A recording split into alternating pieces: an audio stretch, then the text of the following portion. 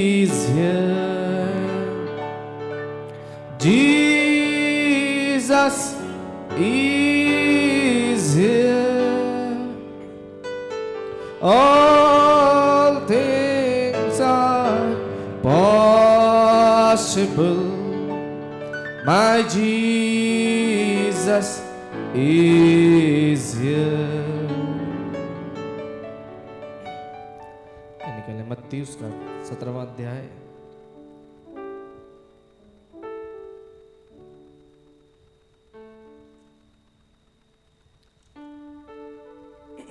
पहली आयत से। 6 दिन के बाद यीशु ने पतरस और याकूब और उसके भाई यूहन्ना को साथ लिया और उन्हें एकांत में किसी ऊंचे पहाड़ पर ले गया और उनके सामने उसका रूपांतर हुआ और उसका मुंह सूर्य की नाई चमका और उसका वस्त्र ज्योति की नाई उजला हो गया। और देखो, मूसा और एलिया उसके साथ बातें करते हुए दिखाई दिए। इस पर पतरस ने यीशु से कहा, हे प्रभु, हमारा यहाँ रहना अच्छा है। इच्छा हो तो यहाँ 3 मंडप बनाओ, एक तेरे लिए, एक मूसा के लिए और एक एलिया के लिए। वह यह बोल ही रहा था कि देखो, उजले बादल ने उन्हें छा लिया और देखो, उस बादल में से शब्द निकला कि ये मेरा प्रिय पुत्र है जिससे मैं प्रसन्न हूँ, इसकी सुनो। प्रभु की आशीष सुन के पढ़े गए और सुने गए वचनों पर अपने सरों को प्रार्थना में झुकाएं। प्यारे प्रभु यीशु मसीह, आप आए खुदावन, अपने वचन को मल्टीप्लाई करें और आज के भेद को यहाँ से लेकर हमें समझाएं जो ऑलरेडी आपने नबी के द्वारा बताया है। सारा आदर महिमा हम आपको देते हैं, प्रभु यीशु मसीह के नाम में मांगते हैं और हम पा लेते हैं, आमीन। आप लोग बैठ सकते हैं।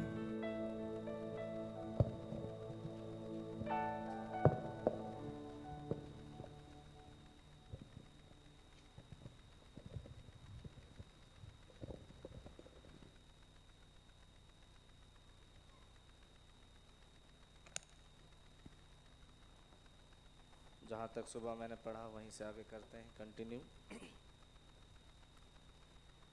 कैसे नबी समझा रहे हैं कि खुदावंद ने हमें एक ब्लैंक चेक दिया है जिस पर उन्होंने साइन कर दिया है। हम जो चाहें, हमारी जो ज़रूरतें हैं, हम उसमें भर सकते हैं और खुदावंद हमें उन्हें देने को तैयार हैं। और सारा का सारा काम जो हमारे लिए खुदावंद ने ठहराया था, जो उन्होंने अपने लिए ठहराया कि छुटकारे के कार्य को संपन्न किया जाए, उन्होंने हर एक कार्य को छुटकारे के संपन्न किया और अंत में यह शब्द कहे, पूरा हुआ। आमीन। और इन बातों को समझाते हुए भाई बहन हम आगे बढ़ रहे हैं और कह रहे हैं, and no one can preach salvation without preaching divine healing.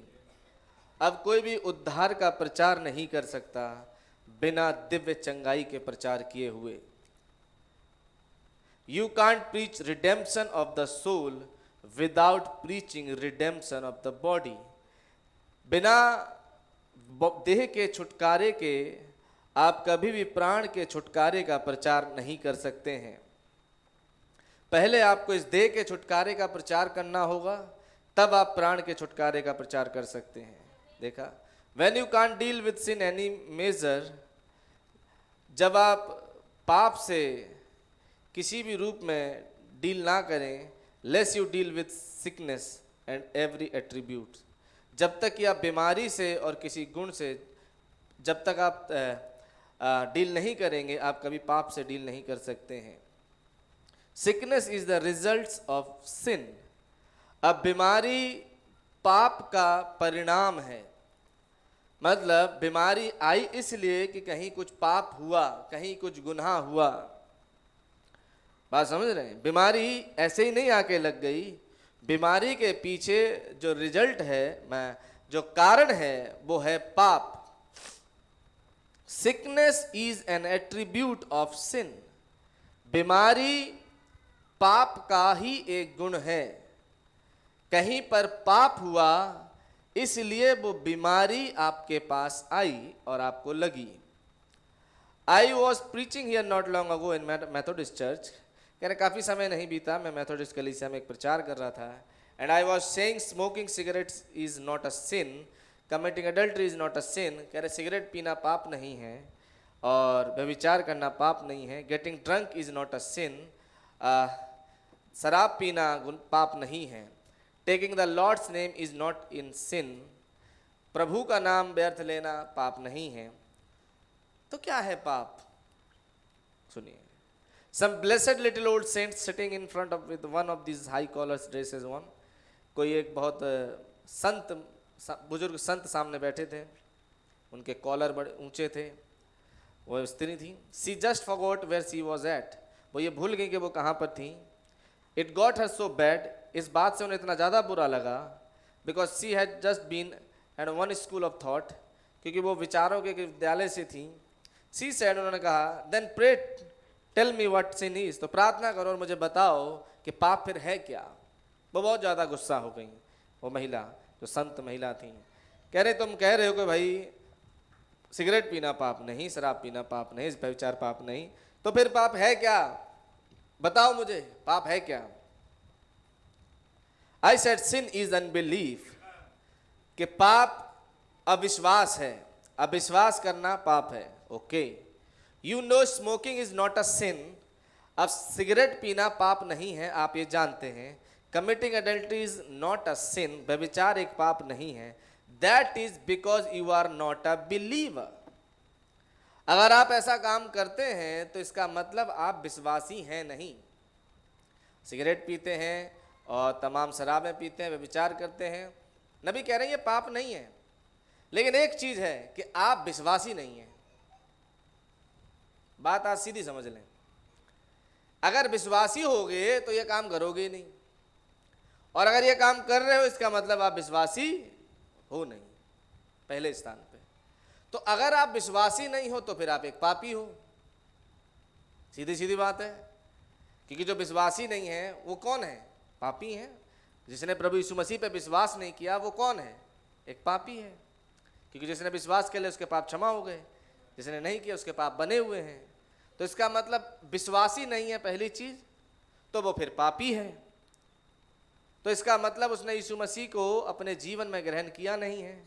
तो इसका मतलब यह है कि फिर यीशु मसीह का लहू उसे साफ किया नहीं है। तो बेटा खूब पियो सिगरेट, इससे पता लगता है कि तुम बिलीवर हो ही नहीं। तो खाओ फिर तंबाकू, खाओ फिर गुटखे चबाओ, पियो शराब की बोतलें, करो व्यभिचार, इससे सीधा सीधा पता लगता है कि you are not a believer, कि आप एक विश्वासी नहीं हैं। सीधी सीधी बात है। क्योंकि विश्वासी होते तो ये काम करते ही नहीं, कभी तंबाकू रगड़ते ही नहीं, कभी व्यभिचार करते ही नहीं।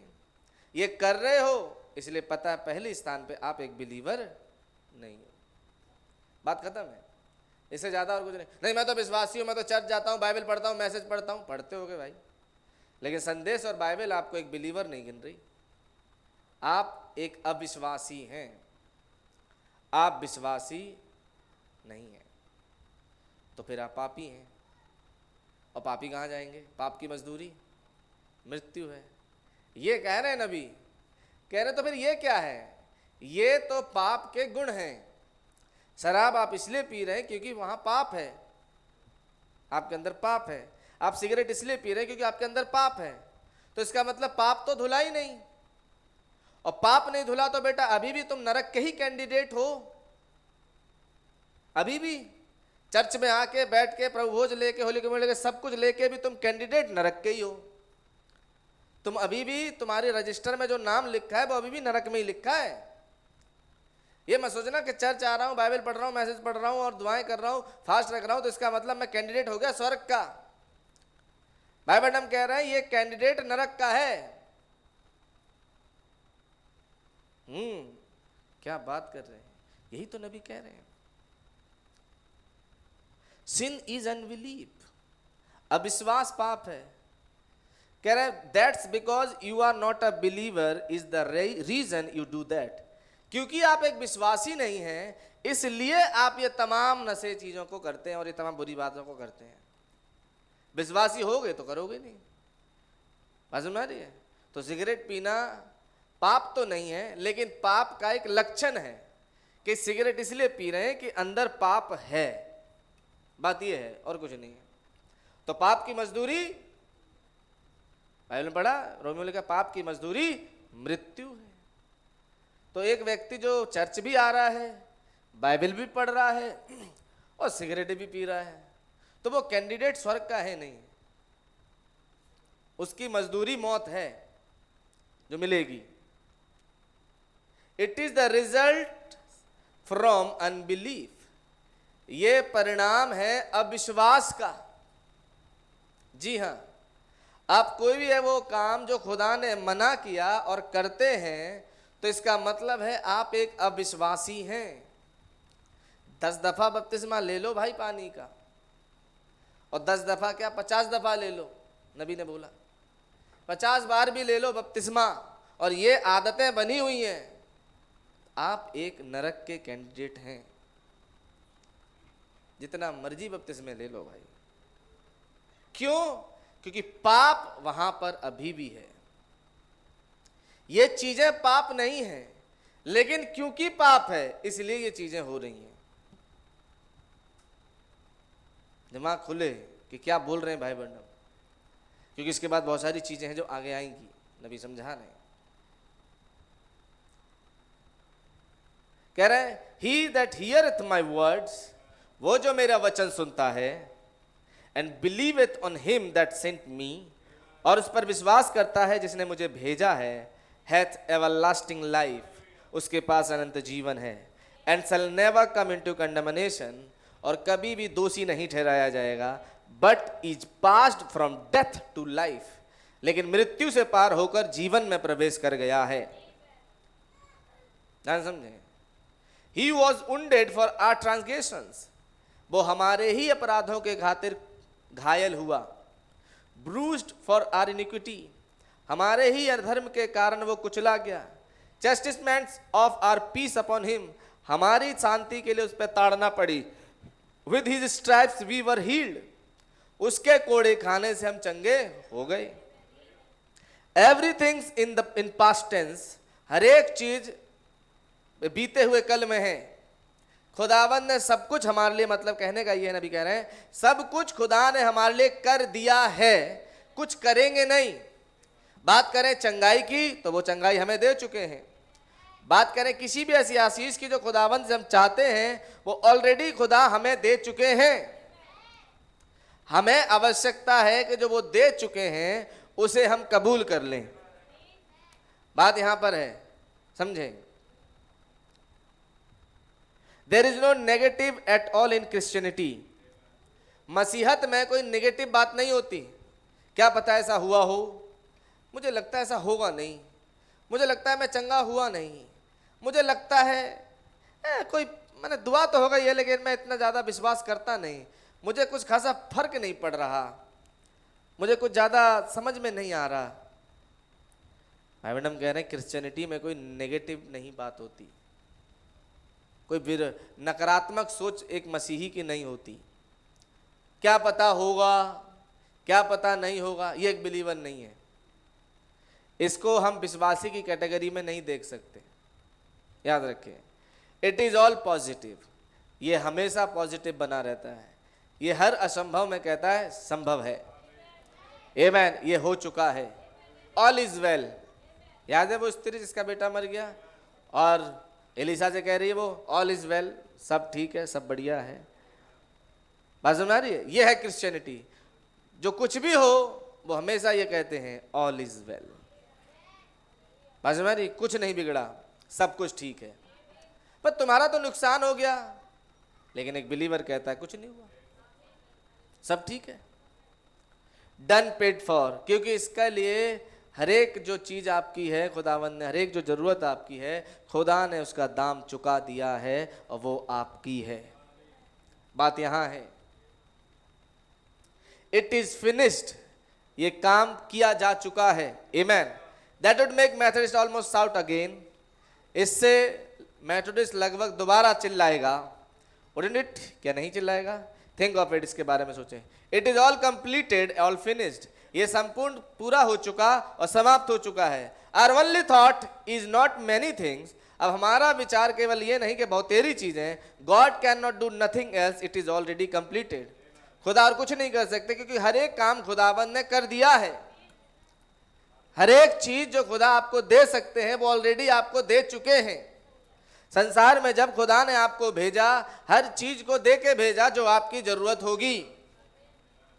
याद रखें, खुदा ने आपके लिए जो भी ठहराया वो पहले से ही सब देकर भेजा है। कहाँ नौकरी करोगे, कितनी नौकरी करोगे, कहाँ पे ठहरोगे, कहाँ रहोगे, कहाँ तुम्हारा घर होगा, कितने दिन तुम जियोगे, कितने दिन क्या करोगे, सब चीजें बात समझ रही है। खुदावंद ने हर एक चीज आपके लिए कंप्लीट कर दी। Christ stood right here tonight. मसीह आज रात्रि यहाँ खड़े हैं। You would say Christ heal me. अब आप कह सकते हैं मसीह मुझे चंगा करें। He would say I have already done it. अब वो कहेंगे मैंने तो तुम्हें पहले ही चंगा कर दिया। मसीह मुझे चंगा करें, प्रभु यीशु मसीह मुझे चंगाई दें। प्रभु यीशु मसीह कहेंगे मैं तो तुम्हें ऑलरेडी चंगा कर चुका, अब तुम्हें कौन सी चंगाई चाहिए। मतलब चंगाई एक ऐसा कार्य है जो ऑलरेडी किया जा चुका है। ध्यान से समझे। हम सोचते हैं चंगाई हमें भविष्य में मिलेगी। बात समझ आ रही है। चंगाई हम मांगेंगे तब हमें मिलेगी। चंगाई ऑलरेडी आपके पास बैठी है। आज आप चाहे कितने भी बीमार क्यों ना हो, चंगाई आपके बगल में बैठी। जरूरत है सिर्फ उसे कबूल करने की। आमीन। अगर आप उसे कबूल कर लें, और अगर आप उसे कबूल कर लेते हैं, आपको मिल जाता है। से सेव मी लॉर्ड जीसस। आप कहते हैं यीशु मसीह मुझे बचा लें, मेरा उद्धार करें। I have already done it. कह रहे मैंने तो तुम्हें बचा लिया है, मैं तो ऑलरेडी तुम्हें बचा चुका हूं। When he died at Calvary, जब वो कलवरी पर मरा, every sin that was ever committed or ever would be committed was forgiven right there on the basis of the shed blood। कह रहे हैं जिस दिन प्रभु यीशु मसीह कलवरी के क्रोस पे अपनी जान दी, प्राण दिए, उस दिन खुदावंद प्रभु यीशु मसीह के लहू के द्वारा हमारे सारे गुनाह जो हमने कभी किए वो मिटा दिए गए। सुने अगली लाइन कह रहे हैं, और एवर वुड बी कमिटेड, या फिर कभी किए जाएंगे। किए गए और किए जाएंगे, ये सारे गुनाह उस लहू में मिटा दिए गए। समस्या यहां है कि हमें मुकाजबा मिला नहीं। हम सोच रहे हैं आज हम कोई गलती गुनाह कर रहे हैं, कोई ऐसी बात कर रहे हैं, लेकिन खुदावंद ऑलरेडी उसे क्षमा कर चुके हैं। तो हमें क्या करना है? सिर्फ एक काम, हमें मानना है। That's all। यही तो हम ट्यूसडे की सभा में देख रहे थे कि हम मान लें। अगर हम मान लेते हैं, बात मानने पर है। अगर हम रिसीव करें, कह रहे प्रभु यीशु मसीह के लहू ने केवल वे गुनाह नहीं धोए जो आप करके आए, बल्कि भविष्य में भी अगर कभी आपसे गलती से होंगे वे भी वो धो चुके। आप कहोगे कैसे? ये कैसे होता है? इसके पीछे एक पकड़ है। पाप क्या है? मतलब मूल पाप अभी समझा रहे हैं भाई बहनों। जो पाप है वो ऑलरेडी उस लहू के द्वारा मिटाया जा चुका है, जो कि अविश्वास है। आमीन। और उसका प्राइस पे किया जा चुका है लहू के द्वारा। अब जो आप भविष्य में करोगे वो पाप नहीं होगा, वो गलती होगी। बात समझ रही है? वो आप एक्सीडेंटली कोई गलती होगी जो आपसे हो जाती है, और उसकी माफी ऑलरेडी उस पाप में तो की जा चुकी। जो खून में पाप था उसकी तो माफी हो चुकी। अब बार बार थोड़ी अब यीशु मसीह उसकी क्षमा करेंगे, वो ऑलरेडी चीज क्षमा की जा चुकी, वो ऑलरेडी माफ हो चुका। जो करके आए और जो करोगे, क्योंकि पाप तो एक ही है, चाहे करके आए चाहे करोगे, और वो है अविश्वास। और उसका प्राइस पे किया जा चुका, उसके लिए लहू बहाया जा चुका। तो उसके लिए अब आपको सिर्फ एक काम करना है, वो है विश्वासी बने रहना है। आमीन। कह रहे हैं कि हर एक वो पाप जो करके आए या कभी होगा भविष्य में, वो सब के सब उस बहाए गए लहू में मिटा दिए गए। आमीन। विश्वासी, इसीलिए कहता है वचन, विश्वासी पाप नहीं करता, विश्वासी गलती करता है। बहुत बड़ी क्या बोलूं, एक बात समझने की है कि विश्वासी कभी पाप नहीं करता, विश्वासी गलती करता है। आमीन। But it will never do you no good till you accept it. लेकिन कह रहे हैं भाई ब्रैनम कि इससे आपका कोई भला होगा नहीं जब तक कि आप इसे कबूल ना करें। तो बात यह है जी कि जो गुनाह हमने किए वो भी कबूल किए, और कभी अगर गलती से हो भी जाए उसे भी कबूल कर लो भाई। बेहतर तरीका यही है, उसे कबूल करो और आगे बढ़ो, क्योंकि माफी ऑलरेडी यहां पे है। आपको कबूल करना है और आगे बढ़ना है। तो बाइबल फिर ये भी कहती है कि तो इसका मतलब कि हम जानबूझ के पाप करते रहें, ये भी बाइबल है, ताकि अनुग्रह बहुत हो? कभी नहीं। जब हम एक बार मर गए तो फिर क्यों अब पाप में जीवन बिताएं? ये भी तो बाइबल है। तब कोई ये ना सोचे भैया जब सब कुछ माफ हो चुका अब तो कुछ भी करो। अब कैल्विनवादी ना बने, आर्मिनिस्ट ना बने, बताया नबी ने, रूढ़िवादी, कैल्विनवादी हैं। आप बीच के मार्ग पे रहें। आमीन। इन्होंने अनुग्रह की रेडी पीट के रख दी, तो वो भी ना करें।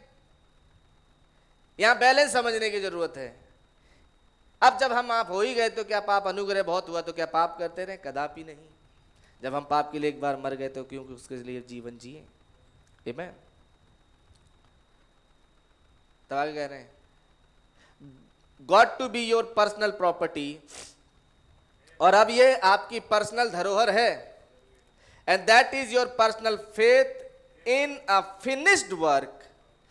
अब देखिए, अब वो आपका विश्वास है एक ऐसे कार्य में जो किया जा चुका। ध्यान समझे, एक फिनिश्ड वर्क, जो ऑलरेडी काम खत्म हो चुका। अब वो काम दोबारा चालू नहीं किया जाएगा, वो काम खत्म हो चुका। और जो काम खत्म हो चुका उस काम में हमें विश्वास रखना है। माफी कोई ऐसा काम नहीं है जो चल रहा है। ध्यान से समझें, माफी कोई ऐसा काम नहीं जो चल रहा है, ये एक ऐसा काम है जो ऑलरेडी खत्म हो चुका। समझने का विषय है भाई ये। हमने माफी को क्या समझा नहीं मालूम, लेकिन नबी समझा रहे हैं कि हमारा विश्वास खत्म हुए काम में, जो ऑलरेडी खुदा खत्म कर चुके, उसमें होना चाहिए। जो छुटकारे का हमारा कार्य है, उद्धार का हमारा कार्य है, माफी का हमारा कार्य है, ये काम ऑलरेडी किया जा चुका है। अब आपको और मुझे इसमें और कुछ ज्यादा करने की जरूरत नहीं है। बात यहां है कि भैया अब हम कुछ कर लें, नहीं, आपको सिर्फ माफी रिसीव करनी है। आपको चंगाई सिर्फ रिसीव करनी है। ओ प्रभु, मैं इस माफी को कबूल करता हूं। याद है वो व्यक्ति जो दूसरे विश्व युद्ध में भाग आया अब्राहम लिंकन के समय, और कैसे उसकी माफी पर हस्ताक्षर किया गया? क्या करना था उसे? सिर्फ उसे कबूल करना था। ऐसे ही मुझे और आपको आज शाम सिर्फ एक काम है करना है कि हम उसे कबूल कर लें। अपनी चंगाई कबूल कर लो भाई। आज शाम आपको चंगाई के लिए कहीं जाने की जरूरत नहीं है। पता नहीं कहीं जाना पड़े, कोई ऑपरेशन से गुजरना पड़े, क्या मेरे भाई मेरी बहन, एक बात बताऊं, खुदावंद ने आज हमारे पास बहुत कुछ दिया है। आमीन। ध्यान समझिएगा, कुछ है खुदावंद घटाते हैं, कुछ है जो चीजें होती हैं, हमें समझना जरूरी है। खुदा चाहते हैं कि हम खुदा पर डिपेंड हों, लेकिन आज का इंसान दवाइयों पर डिपेंड हो गया। समझ में सारी बात? हम दवाइयों पे डिपेंड ना हों, हम लोगों पे डिपेंड ना हों, हम पैसे पे डिपेंड ना हों। आज शाम मैं आपको एक बात बताऊं, हम एक्चुअली, हमारा ना दिमाग खराब है। हम पैसे पे डिपेंड हो गए हैं, हम डॉक्टर पे डिपेंड हो गए हैं, हम डिपेंड हो गए हैं लोगों पे। इस वजह से हमें कुछ नहीं मिल रहा। समझिएगा बात। खुदा ने वायदा किया है कि खुदावंद हर एक उस उत्तम चीज को जिसकी हमें आवश्यकता है वो देंगे। बाइबल लिखा है खुदा अपने लोगों से कभी कोई ऐसी चीज भली रख नहीं छोड़ते, वो उसे अवश्य देते हैं। लेकिन प्रॉब्लम कहाँ गई? हम में लेने की ताकत नहीं रही। झट से कोई प्रॉब्लम हुई, call the doctor, call the ambulance. समझ में आ रही बात? Call somebody for help. ये होता है, हम झट से फोन मिलाने लगते हैं। जब सकेती में पड़ो, एक आदत बनाओ, मुख्य डॉक्टर को पुकारो। और मैं विश्वास करता हूं कोई एम्बुलेंस और कोई डॉक्टर, कोई मेडिसिन की जरूरत पड़ेगी नहीं। लेकिन हम बहुत ज्यादा दवाइयों पे डिपेंड हो गए हैं। आज घरों में दवाइयां भरी रहती है भाई, सबका साथ है, कोई अछूता नहीं है। लेकिन खुदावंद की डिमांड दवाइयां नहीं है। खुदा ने कहीं नहीं कहा, हे इज़राइल सुन, दवाइयां तुझे चंगी करती हैं। कहीं कहा? क्या कहा? हे इज़राइल सुन, मैं यहोवा तेरा चंगा करने वाला हूं, संपूर्ण रीति से तू मुझ पर भरोसा रखना। लेकिन हमारा भरोसा कहां हो गया?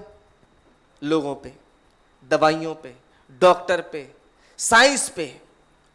मेरे भाई मेरी बहन, साइंस खुदा के विरोध में खड़ी है और हम ऐसी चीज का सहारा लेने सोचते हैं। सोचिए, आज शाम हम झट से परेशान होते हैं। ह्यूमन नेचर है, इंसानी भाई स्वभाव है, झट से परेशान हो गए। खुदा ने कहीं नहीं कहा कि तुम दवाइयों पर डिपेंड होना। नहीं, मेडिसिन अच्छी है, मैं बुराई नहीं कर रहा, मेडिकल साइंस की बुराई नहीं कर रहा भाई, बहुत तेरों की जानें बचती हैं। लेकिन मैं बात कर रहा हूं, खुदा ने मेडिकल साइंस को नहीं चुना हमारे लिए। हमारे लिए खुदावंद ने अपने आप को एक गुण के रूप में दिया, यहोवा राफा। बात सुन रही है? ये जो गुण है खुदावंद का, यहोवा राफा, ये चंगाई देता है। तो संपूर्णतः हम अपने खुदा पे क्यों ना भरोसा रखें भाई? क्यों हम परेशान हो जाते, विचलित हो जाते? आधी रात को कोई मुसीबत पड़ी, झट से हम किसी को बुलाने की सोचें। मेरे भाई मेरी बहन, एक बात करके देखना, चाहे आधी रात हो चाहे सुबह हो, कोई भी समय हो, झट से खुदा के सामने चले जाना। कितनी भी प्रॉब्लम हो, घुटने पे हो जाना। दिमाग काम नहीं करता कई बार, नो डाउट। जब घर में इमरजेंसी आती है तो दिमाग काम नहीं करता, ये भी बताओ। और जब दिमाग काम ना करे तो सिर्फ एक काम करना, क्या मालूम? बस अपनी कुर्बानी को याद कर लेना, क्योंकि मैं यहां पर कुर्बानी के बारे में पढ़ रहा हूं। बात समझ रही है? बहाए गए लहू के बारे में पढ़ रहा हूं। कुछ समझ में ना आए, बस एक चीज करना, ओ प्रभु यीशु मसीह, आप मेरी कुर्बानी हैं। मैं अपनी बरकतों के लिए इस कुर्बानी पर अपने हाथों को रखता हूं। मैं और कुछ नहीं जानता, मेरे पास कोई समझ नहीं। मेरे भाई मेरी बहन, किसी चीज का मुकासबा आपके पास ना हो, कोई फर्क नहीं पड़ता भाई। बाइबल आपको मालूम है, पता नहीं है, कोई फर्क नहीं पड़ता। मैसेज उस घड़ी आपको याद आ रहा है नहीं आ रहा है, कोई फर्क नहीं पड़ता। लेकिन उस घड़ी अगर आपको आपकी कुर्बानी याद आती है, काम खत्म। उस इमरजेंसी सिचुएशन में दिमाग कम से कम इतना काम करे कि अपनी कुर्बानी को याद करें। ओ प्रभु यीशु मसीह, आप मेरी कुर्बानी हैं। आपने अपना लहू बहाया ताकि हम चंगे हो जाएं। इस इमरजेंसी की घड़ी में खुदावंद, हम आपको अपनी सिद्ध कुर्बानी को पुकारते हैं। बस यही है जो हम जानते हैं। बात सुन रही है? ये कह रहे हैं भाई बर्नम, उस घड़ी अपनी कुर्बानी को याद करें। और जब आप कुर्बानी को याद करेंगे, आप सिचुएशन देखेंगे क्या होती है, परिस्थिति ठीक होने लगती है। आमीन। यह है कुर्बानी का मुकासबा। उस घड़ी कुछ भी याद ना आए भाई, लेकिन कुर्बानी याद आए। जो मैं यहां पढ़ रहा हूं, कह रहा है, and that is your faith, personal faith in a finished work that Christ has already done for you. यह है आपका विश्वास उस संपन्न कार्य में जो मसीह ने आपके लिए किया है। और आपको कुछ नहीं करना, बस जाके अपनी कुर्बानी पर हाथों को रखना है। ओ खुदावंद, मैं अपनी कुर्बानी पर हाथों को रखता हूं। बस मैं और कुछ नहीं जानता, मैं और कुछ नहीं जानती, लेकिन मेरी कुर्बानी ने मुझे सब कुछ दे दिया है। मेरी चंगाई मुझे मिलेगी नहीं, ये एक फिनिश्ड वर्क है, ये ऑलरेडी मेरे लिए किया जा चुका है। और मैं अपने हाथों को अपनी कुर्बानी पर रखता हूं, रखती हूं। That's all. बस मेरे भाई, आप देखो आपके साथ क्या घटता है। आप देखोगे उस मिनट से आपके साथ क्या घटने लगता है। जब आप उस फिनिश्ड वर्क पे विश्वास करते हैं, आपको बहुत ज़्यादा कुछ बोलने बालने की जरूरत नहीं भाई, सिर्फ कुर्बानी याद रखें। उस मुश्किल वक्त में आपको ये भी याद करने की जरूरत नहीं कि भाई बंडम ने क्या कहा, बाइबल में क्या कहा। सिर्फ एक चीज़ याद रखें, मेरी कुर्बानी। बस बस, क्योंकि इमरजेंसी में और कुछ याद आता भी नहीं जल्दी भाई। सिर्फ डॉक्टर याद आता है, या फिर कोई रिश्तेदार, या कोई ऐसी चीज़, पैसा, कुछ ऐसी चीज़ें ही याद आती हैं भाई। लेकिन मैं कहूँगा उस घड़ी में सिर्फ एक चीज़ याद कर लेना, कुछ याद आए ना आए, अपनी कुर्बानी। और बस अपनी कुर्बानी से लिपट जाना, बस उसे पकड़ लेना, देखना फिर क्या होता है। आप देखना क्या होता है। खुदा महान खुदा है भाई, खुदा के साथ आप चल रहे हैं। आमीन। सोच के देखो, अभी भाई अजीत पॉल, हमारे पास्टर अजीत पॉल भाई हैं इलाहाबाद के, उनके अभी बाईपास सर्जरी हुई। 3 ब्लॉक थे हार्ट में, 3 ब्लॉक हार्ट में थे, और आराम से चल रहे थे। सोचिए, जब भाई आशीष ने सुना, भाई आशीष भी चौंके कि सच बात है, ये खुदा ही है। नहीं तो 3 ब्लॉकेज हार्ट में लेके आदमी घूम रहा है और उसको कुछ नहीं प्रॉब्लम हुई। या 1 ब्लॉक में आदमी की हालत खराब होती है, वो 3 ब्लॉकेज लेके हार्ट में घूम रहे हैं, और खूब दिल्ली भी जा रहे हैं, मीटिंगों में भी जा रहे हैं, जगह जगह जा रहे हैं, और कुछ नहीं हुआ। ये है खुदा। यहाँ लोग 1 ब्लॉक के साथ नहीं चल सकते, वहाँ 3 हार्ट में ब्लॉक, और फिर भी चल रहे हैं। कौन है ये चलाने वाला भाई? खुदा। हमें तो पता भी नहीं होता हमारे शरीर में क्या हो रहा है। कई बार कौन सी बीमारी लग चुकी मालूम नहीं होता, लेकिन फिर भी हम चल रहे होते हैं। क्यों मालूम? क्योंकि हम ध्यान नहीं देते। और यही चीज़ है जो करनी चाहिए, सिर्फ अपनी कुर्बानी पे ध्यान दें। मेरे भाई, ये चीज़ें यूं ही छोड़ के जाएंगी। ध्यान ना दें क्या हो रहा है। शैतान बड़ा शातिर है, वो ध्यान दे के परेशान करना चाहता है, उलझाना चाहता है। मेरे भाई मेरी बहन, खुदा के पास विटामिन का भंडार है, खुदा के पास सामर्थ का भंडार है, खुदा के पास चंगाई का भंडार है ऑलरेडी। बस आप उस पर विश्वास करें। वो सब कुछ दे चुके हैं, सब कुछ कर चुके हैं। हमसे सिर्फ कह रहे हैं कि बेटा विश्वास करो, तुम्हारी चंगाई तुम्हें मिल चुकी, चिंता मत करो, ना मैं तुम्हें कभी छोड़ूंगा, ना कभी त्यागूंगा, ना तुम्हें कभी धोखा दूंगा, जगत के अंत तक मैं तुम्हारे साथ हूं। आमीन। लेकिन ये बात समझ में आनी चाहिए भाई। Amen. So salvation is not doing a lot of good works. तो इसका मतलब, उद्धार का मतलब ये नहीं कि बहुत सारे भले काम करें तब उद्धार होगा। आज एक बात जान लो, आपका उद्धार आपके भले कामों से नहीं हुआ। शायद मैं कुछ भले काम करूं, कुछ भलाई करूं, मुझ में कोई भलाई है नहीं, शायद खुदा ने मुझे छोड़ दिया। मेरे भाई मेरी बहन, खुदा ने आपको आपके कामों पे कभी नहीं छोड़ा। अगर आपको ये लगता है मेरे काम अच्छे नहीं इसलिए खुदा ने मुझे छोड़ दिया, ये बहुत गलत फहमी होगी। एक बात बताएं, जब खुदा ने आपको पहली दफा पकड़ा था और वो लेकर आए, तब आपके काम कैसे थे? बुरे थे? तो सोच के देखिए, तब जब नहीं छोड़ा तो क्यों वो आगे छोड़ेंगे?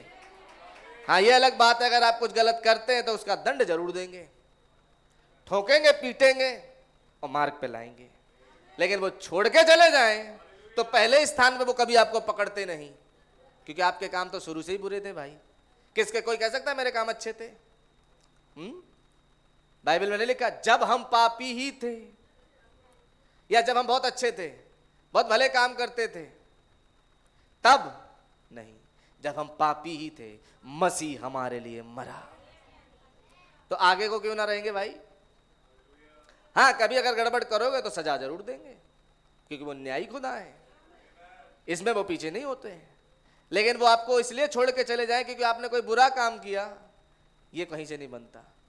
वो बुरा काम एक है जिससे खुदा छोड़ देते हैं, मालूम क्या है? खुदा के वचन का तिरस्कार। जैसे साउल ने किया, खुदा ने कहा, उसने नहीं किया, और खुदा साउल को छोड़ के चले गए। बस यही एक चीज है जहां खुदा छोड़ देते हैं। शमसून को क्यों छोड़ दिया? क्योंकि उसने भी यही किया, अपनी लटें कटवा ली,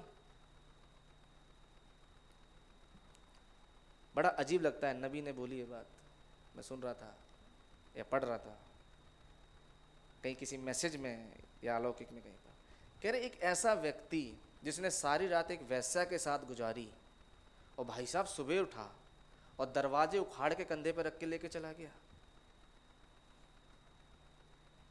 सोचो, खुदा छोड़ के नहीं गया, लेकिन जैसे ही कैंची उसके बालों में लगी खुदा छोड़ के चला गया। जब ये लाइन मैंने पढ़ी मैंने कहा खुदावन सच में आपको समझना नामुमकिन है। एक व्यक्ति सारी रात एक वेश्या के साथ, दलीला के साथ गुजार रहा है और उठता है, रस्सियों को तोड़ देता है, पलिश्तियों को मार देता है और दरवाजों को फाड़ लेता है, उसका कुछ नहीं बिगड़ रहा,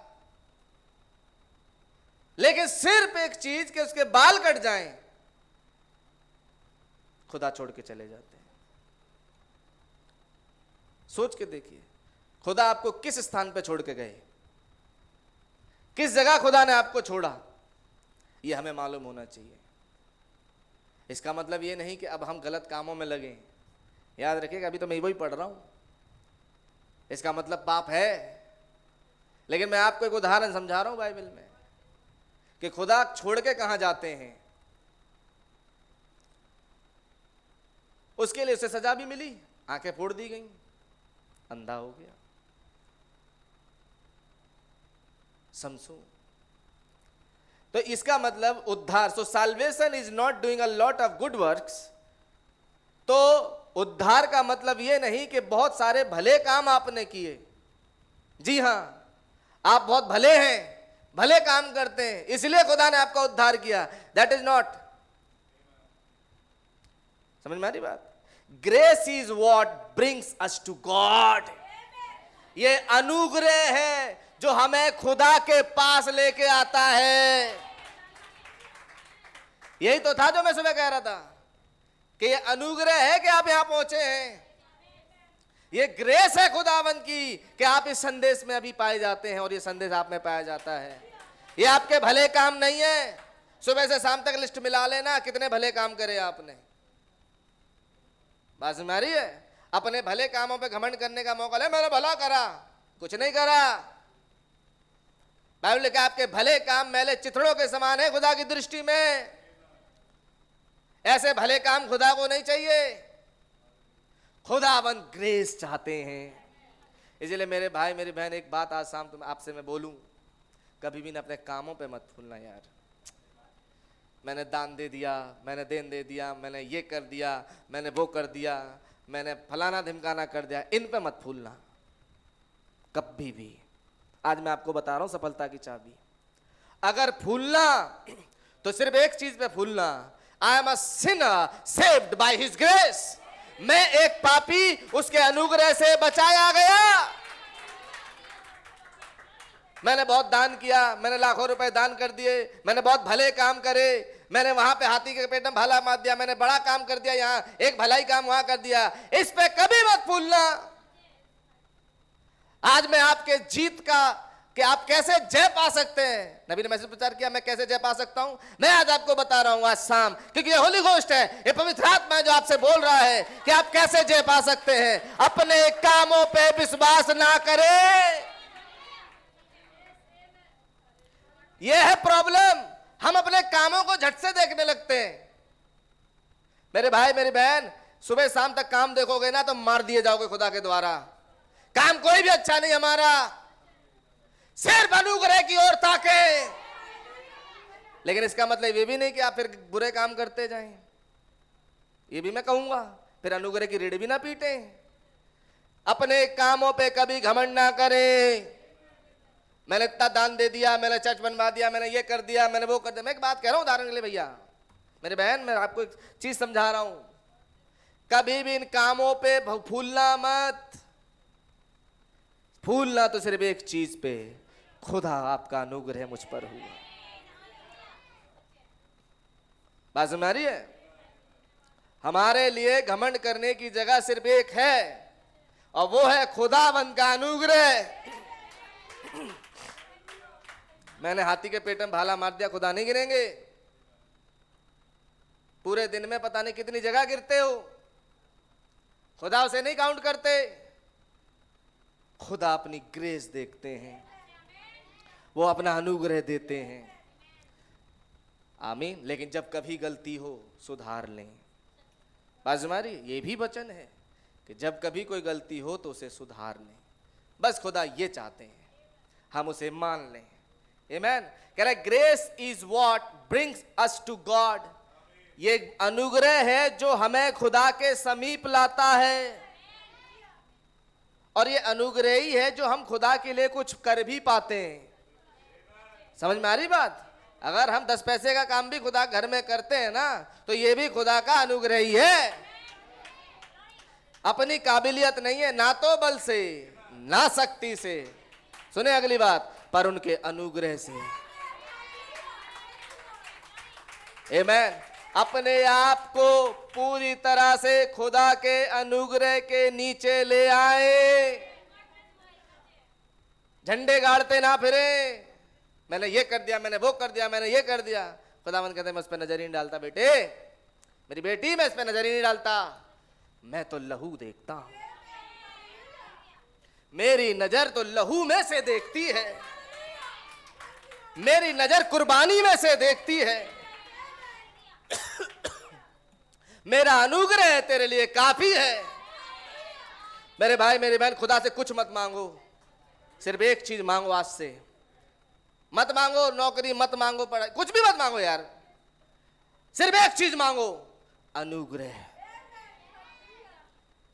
आपको नहीं मालूम, मैं एक छोटा सा शब्द बोल रहा हूं अनुग्रह, लेकिन आपको इसका भेद नहीं मालूम। अगर अनुग्रह मिल गया, हर चीज मिल जाएगी, हर चीज मिल जाएगी। चाहे कुछ भी हो आपकी जिंदगी में जो आपकी जरूरत है। मेरे भाई मेरी बहन, आप खुदा के अनुग्रह के खोजी बने। ओ खुदाबंद, मुझ में कोई अच्छाई कोई भलाई नहीं, आप जानते हैं, ना कोई खूबी ना कोई लियाकत। बदकिस्मत, मैं कहूंगा सबसे बेकार व्यक्ति खुदाबंद इस चर्च में मैं हूं, याद रखिएगा। लेकिन मुझे आपके अनुग्रह की जरूरत है।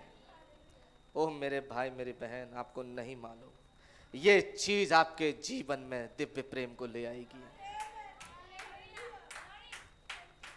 कभी मैं सोचा मैं बहुत अच्छा हूं यहां चर्च में, बस ये कहो खुदावन सबसे बेकार व्यक्ति इस चर्च में मैं ही हूं, मुझे आपके अनुग्रह की जरूरत है। खुदा मैंने कोई भलाई का काम नहीं किया, चाहे करके आए हो गए, ऐ खुदाबंद मैंने कुछ नहीं किया, मैं शून्य बटा सन्नाटा हूं। खुदाबंद मुझ पर रहम करें, मुझ पर रहम करें। उस दिन देखना क्या होता है मेरे बेटे। आज आपको मैं बोल रहा हूं यहां से, क्योंकि खुदा है जो बोल रहे हैं। उस दिन देखना आपके जीवन में क्या घटता है। खुदा बड़ी बड़ी बातों से खुश नहीं होते, खुदा एक सच्चे अंगीकार से खुश होते हैं। हम सब जानते हैं अपने आप को कि हम कैसे हैं, कितनी दफा गिरते हैं। क्या बढ़िया बात हो यार, बैठ के खुदाबंद के सामने माना जाए, खुदाबंद इस कलीसिया में सबसे बुरा व्यक्ति मैं ही हूं, मुझे दूसरे का नहीं मालूम, मैं हूं। नहीं मैं तो अच्छा हूं, मैं तो बहुत भला हूं, मैंने तो बहुत भलाइयां करी हैं, मैं तो हाथी के पेट में भाला मार रहा हूं, मैं तो ये कर दिया, मैंने वो कर दिया। मेरे भाई मेरी बहन, जिस दिन ये आ गया, खुदा का अनुग्रह आप पे हुआ नहीं है। हाय मुझ जैसा अभागा मनुष्य, पौलुस नहीं कह रहा मुझ जैसे अभागे को। इतनी बड़ी मिनिस्ट्री, इतनी बड़ी सेवकाई, और वो कह रहा है मैं अभागा, मुझे कौन इस देश से छुड़ाएगा। सोचिए, आपको समझ में नहीं आ रही, लेकिन मैं बड़ी आत्मा से प्रभाव में इस बात को बोल रहा हूं। बैठ के बस खुदा से ये कहो कि इस चर्च में अगर कोई बुरा है प्रभु सबसे ज्यादा, तो वो मैं हूं। बस मुझे आपका अनुग्रह चाहिए प्रभु। मैं कोई भला नहीं हूं प्रभु, मेरे अंदर कोई भलाई नहीं है। तब देखना खुदावन आपके जीवन में क्या लेके आते हैं। हम पता है कि अपने आप को धर्मी ठहराते रहते हैं बैठ के, प्रभु मैं बहुत ये करा, मैंने प्रभु ये करा, मैं बहुत अच्छा हूं, मैंने बहुत भलाई करी। और पता है कि हम अपने आप को ना कामों से तौलते रहते हैं। अच्छे काम करे हम बुरे अच्छे हो गए, बुरे काम करे हम बुरे हो गए। यार यही तो दिमाग में खराबी घुस गई है हमारे। और आज शाम मैं चाहता हूं ये गंदगी निकल जाए कि जब हम अच्छे काम कर रहे हैं तो हम सोचते हैं कि हम बड़े अच्छे चल रहे हैं, जैसे हमसे कोई बुरा काम हुआ अरे हम तो बहुत बुरे हो गए। यही प्रॉब्लम है मेरे भाई मेरी बहन, ये प्रॉब्लम है आज। एक ही चीज, अगर आप अच्छे ही थे तो फिर गलत कैसे हो गए हैं? गलत कैसे हो गए? इसका मतलब पहले स्थान पे आप कभी अच्छे थे ही नहीं। तो क्या बढ़िया बात हो, ऐ खुदावन मुझ जैसे भागे पे रहम करें, किसी लायक नहीं हूं मैं, मुझे आपके अनुग्रह की जरूरत है। हर घड़ी हर पल मुझे आपके अनुग्रह की जरूरत है खुदावन। मैं अच्छा नहीं हूं, मैं बातें भी अच्छी नहीं बोल पाता प्रभु, है क्या बोलना चाहिए मालूम नहीं, मेरी बातों से फसाद खड़ा हो जाता है। मैं तो अच्छा समझ के बोलता हूं लेकिन बुरा हो जाता है। बात समझ रही है? मेरे विचार कहीं चले जाते हैं, मैं सड़क पे जाता हूं तो कुछ हो जाता है। एक बात, खुदावन मैं अच्छा नहीं हूं, मैं अच्छी नहीं हूं। जिस दिन ये चीज आ गई और यहां बैठ के अपने घरों में बैठ के ये अंगीकार करने लगे, मैंने देखा लोग बहुत जल्दी अपने आप को धर्मी बनाने लगते हैं। मैंने ये करा, मैं तो भैया मैसेज पढ़ता हूं रोज, मैं तो रोज बाइबल पढ़ता हूं, पढ़ती हूं। मेरी बहन पढ़ती होंगी आप, लेकिन एक चीज याद रखें, खुदा के सामने आप कुछ भी नहीं है। नया आशीष भाई नहीं बोलते कि हम हाफ पैंट वाले बच्चे हैं खुदा के सामने, लॉलीपॉप चूस रहे हैं, हमें नहीं मालूम। बात समझ आ रही है? ज्यादा हम ज्ञानी ना बन जाएं। एक चीज जो करें, मुझसे ज्यादा भागा कोई नहीं। जिस दिन ये लगेगा, जिस दिन ये कहने लगे, तो सामने वाले को अच्छा समझोगे अपने से, कहोगे यार ये भला है, मैं ठीक नहीं हूं। और तब देखना खुदावन क्या करते हैं। नहीं, वो फरीसी और वो महसूल लेने वाला दोनों गए मंदिर में दुआ करने के लिए, हैं? किसकी दुआ सुनी? मैं अभागा हूं प्रभु, मैं अच्छा व्यक्ति नहीं हूं। खुदा ने, यीशु मसीह कह रहे हैं इसकी दुआ कबूल होगी। जो डींगे मार रहे हैं उनकी नहीं होगी, ये लंबी लंबी हाँक रहे हैं यहां पे, इनकी नहीं होगी। मेरी बहन मेरे भाई आपकी होगी। Grace is what brings us to God. अनुग्रह ही है जो हमें खुदा के समीप लाता है। इसे ढूंढो ना। क्यों अपने अच्छे कामों पे नजर देना दो, छोड़। कुछ नहीं मिलेगा भाई मेरी बहन, कुछ नहीं मिलेगा। यहां तो नेकी कर, दरिया में डाल और भागता जा आगे। जो काम पड़ रहा है खुदा के राज्य में करता जा और आगे बढ़ता जा। और फिर मुड़ के मत देख मैंने वो भला काम किया था खुदा, मैंने वो करा था खुदा, मैंने उस दिन वो करा था खुदा, मैंने उस दिन इतने दान दिए थे, उस दिन मैंने इतने दान करे थे, इतने भूखों को चर्च में खिला दिया था। एक बात कह रहा हूं मैं समझाने के लिए, इन चीजों पे सोचना दो, छोड़। क्या किया भूल जाओ, खुदा को याद रखने दो। तुम याद मत करो तुमने क्या किया, तुम बस ये कहो खुदावन मैंने कुछ भी नहीं कर पाया। भाई ब्रैनम जैसा भविष्यवक्ता यार, जिसने पूरी दुनिया का चक्कर लगाया, हर जगह हर देश में जाकर प्रचार किया, वो कह रहे हैं खुदावन मैं कर नहीं पाया जो मुझे करना चाहिए था। है? उनके पास तो था मौका घमंड करने का भाई, लेकिन वो महान प्रचारक, वो भविष्यवक्ता खुदावन का कह रहा है कि मैं अभागा, मैं कर नहीं पाया खुदावन जो मुझे चाहिए था करना, मैं आपकी सेवा वैसे नहीं कर पाया। तो यार हम कितनी जल्दी अपने आप को जस्टिफाई ठहरा देते हैं यार, कुछ भी कर दें, बहुत भला कर दिया हमने। अरे हम कभी नहीं थे भले यार, हम कभी नहीं थे, हमारी भलाई खुदा पे है। हम अपनी काबिलियत से काबिल नहीं है, हमारी काबिलियत खुदा है। हम अपने कर्मों से धर्मी नहीं है, हम खुदा के अनुग्रह से धर्मी है। इसलिए जब कभी लगे कि मैं बहुत गंदा हूं, बहुत बुरा हूं, बहुत बुरी हूं, एक ही काम करना, खुदा उसे देखते ही नहीं है। पहले स्थान पे खुदा अपनी ग्रेस देखते हैं, खुदा अपना अनुग्रह देखते हैं। भाई साहब अनुग्रह कोई छोटी चीज समझना मत, ये अनुग्रह ही था जो मसीह को उस चरनी में ले आया। ये अनुग्रह ही था जो यीशु मसीह को सलीब पे टंगवा दिया। यह अनुग्रह ही था जो उनका तीसरे दिन पुनरुत्थान हुआ। यह अनुग्रह ही था जो उन्होंने होली घोस्ट दिया। आप बताएं कौन से काम ने यीशु मसीह को ऊपर से नीचे ले आया? आपका कौन सा काम था? आपका कौन सा भला काम था जिसने यीशु मसीह को आके मेरे लिए जान दे दो? तो फिर काहे को सोचते हो भाई? क्या हमने कहा यीशु मसीह से मनने के लिए? हमें तो ये भी नहीं मालूम था कि यीशु मसीह कोई है। हमें तो ये भी नहीं मालूम था पाप भी कुछ होता है। हमें तो ये भी नहीं मालूम था कि हम भी एक दिन होंगे, हम भी पैदा होंगे। हमें मालूम ही नहीं था। ये सब कुछ तो उन्होंने किया। और भाई ब्रैनम कह रहे हैं उनके किए हुए पे हम विश्वास करें। अब उनके काम में अपने काम मत जोड़ते चलो। मैंने ये भला कर दिया, मैंने ये भला कर दिया, मैंने। भाई मेरी बहन, जो भी आपके सामने पड़ रहा है खुदा के राज्य में काम करते जाओ, आगे बढ़ते जाओ। गाना मत गाओ, गवाही दो।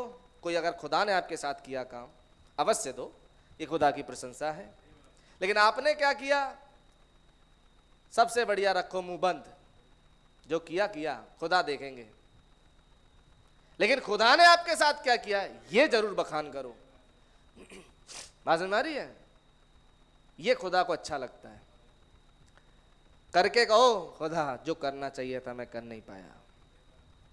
जरूरत तो ये थी कि मैं इस काम को कर लेता, लेकिन प्रभु इसमें सिर्फ मैं एक छोटा सा कंट्रीब्यूशन कर पाया, मैं कुछ नहीं कर पाया। जरूरत तो खुदाबंद के मैं जाके प्राणों को बचाता, लेकिन मैं बचा नहीं पाया प्रभु। मैं बस छोटा सा ये काम कर पाया। ये है बात। कभी भी अपने आप को उस खांचे में मत लाओ कि मैंने कुछ किया। उसी दिन गिरावट आ जाएगी। कुछ नहीं मिलेगा खुदा से जिस दिन ये आ गया कि मैंने कुछ किया। करो और आगे बढ़ो। देखो मैं विश्वास करता हूं मेरे भाई मेरी बहन, खुदा आपको किसी ना किसी मोड़ पे जरूर मिलेंगे।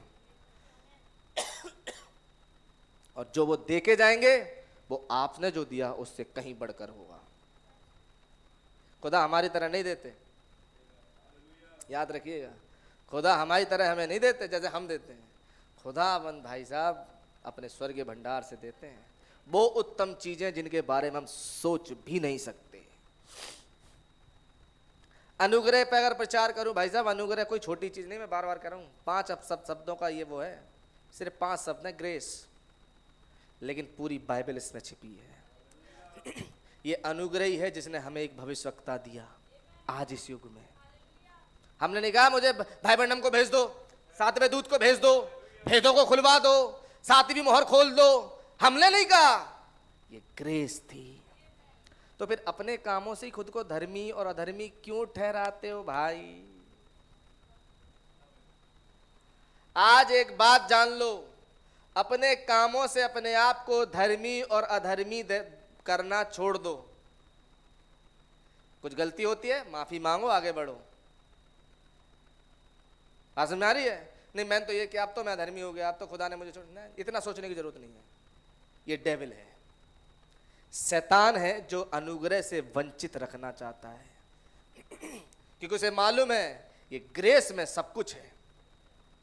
ग्रेस में एक पापी भी धर्मी है।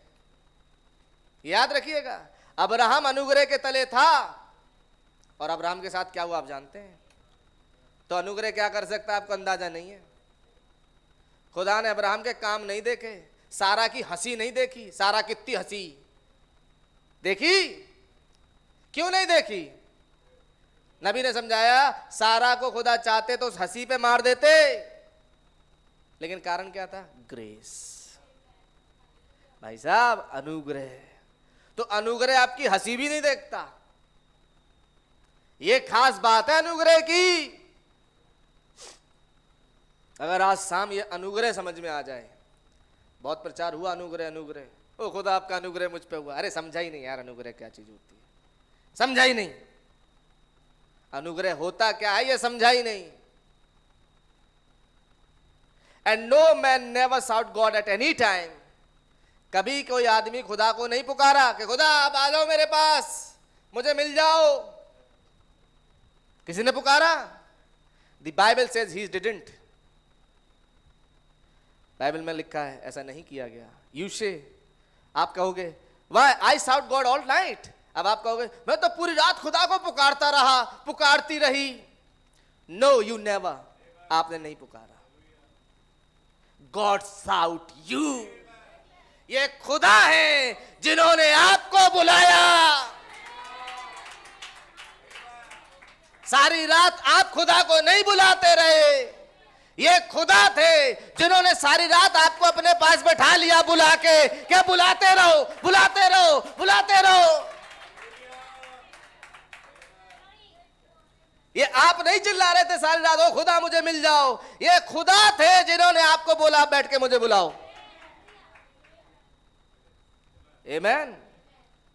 गॉड साउट यू, खुदा ने आपको बुलाया, आपने खुदा को नहीं बुलाया। जब यह समझ में आ जाएगी बात, तब अपने कामों पे भरोसा करना दोगे छोड़। मैं नहीं कह रहा भले काम मत करो भाई साहब, वो तो बहुत जरूरी है, क्योंकि बाइबल में लिखा पड़ा है आपके जो काम है वो करते जाएं, लेकिन उन कामों पे डिपेंड ना हो जाएं। बात ये है मैंने ये भला करा, मैं इस पे डिपेंड हो जाऊं, नहीं नहीं नहीं, आप आगे बढ़ो। मैंने देखा लोगों को बरकतें मिलती हैं जब वो भलाई करके भी नहीं सोचते कि मैंने कोई भलाई करी, बस मन में आया कर दिया, आगे बढ़ गए। लेकिन खुदा ने रिवॉर्ड दे दिया, क्यों? खुदा ने उसे देखा। काम ऐसे करो जैसे लोग नहीं खुदा देखें। आमेन। बाइबल में लिखा है मनुष्यों को दिखाने के लिए धर्म के काम मत करो, काम वो करो जिसे खुदा देखें। कर जाओ और बोलो भैया मेरा नाम मत लेना, लोगों को सस्पेंस में रहने दो किसने किया। ये होता है काम। बात समझ रही है? इसमें बरकत है। बात समझ रही है? दूसरे करें तो करें, लेकिन तुम मत करना बड़ाई अपनी, ये लिखा है। Man very nature in the garden of Eden proved it.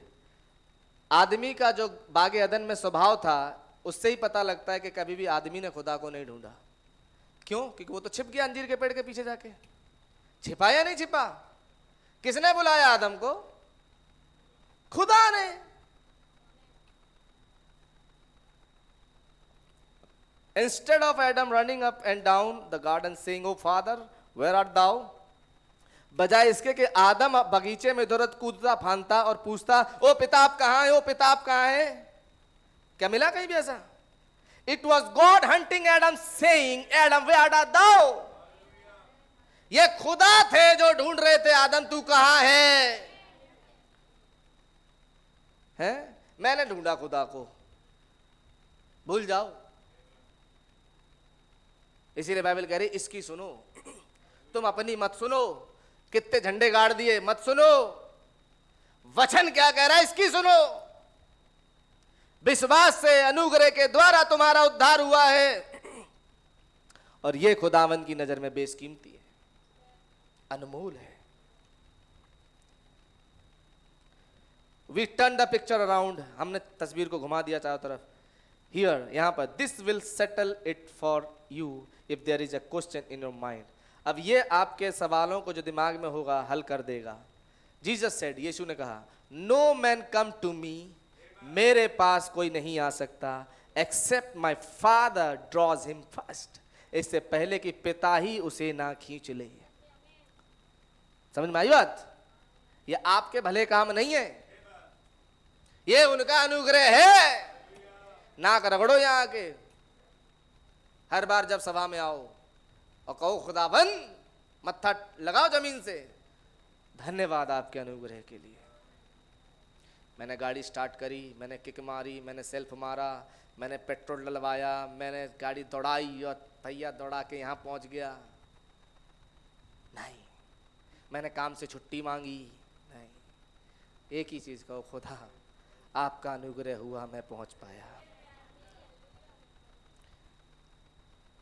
नहीं तो यहाँ के लोग नहीं जान पाते कि मैं यहाँ आ रहा हूँ, और न मेरे घर के लोग जान पाते कि मैं कभी यहाँ पहुँचा हूँ। बस में रही है, ये खुदा का अनुग्रह है। पल्ले पड़ रही है?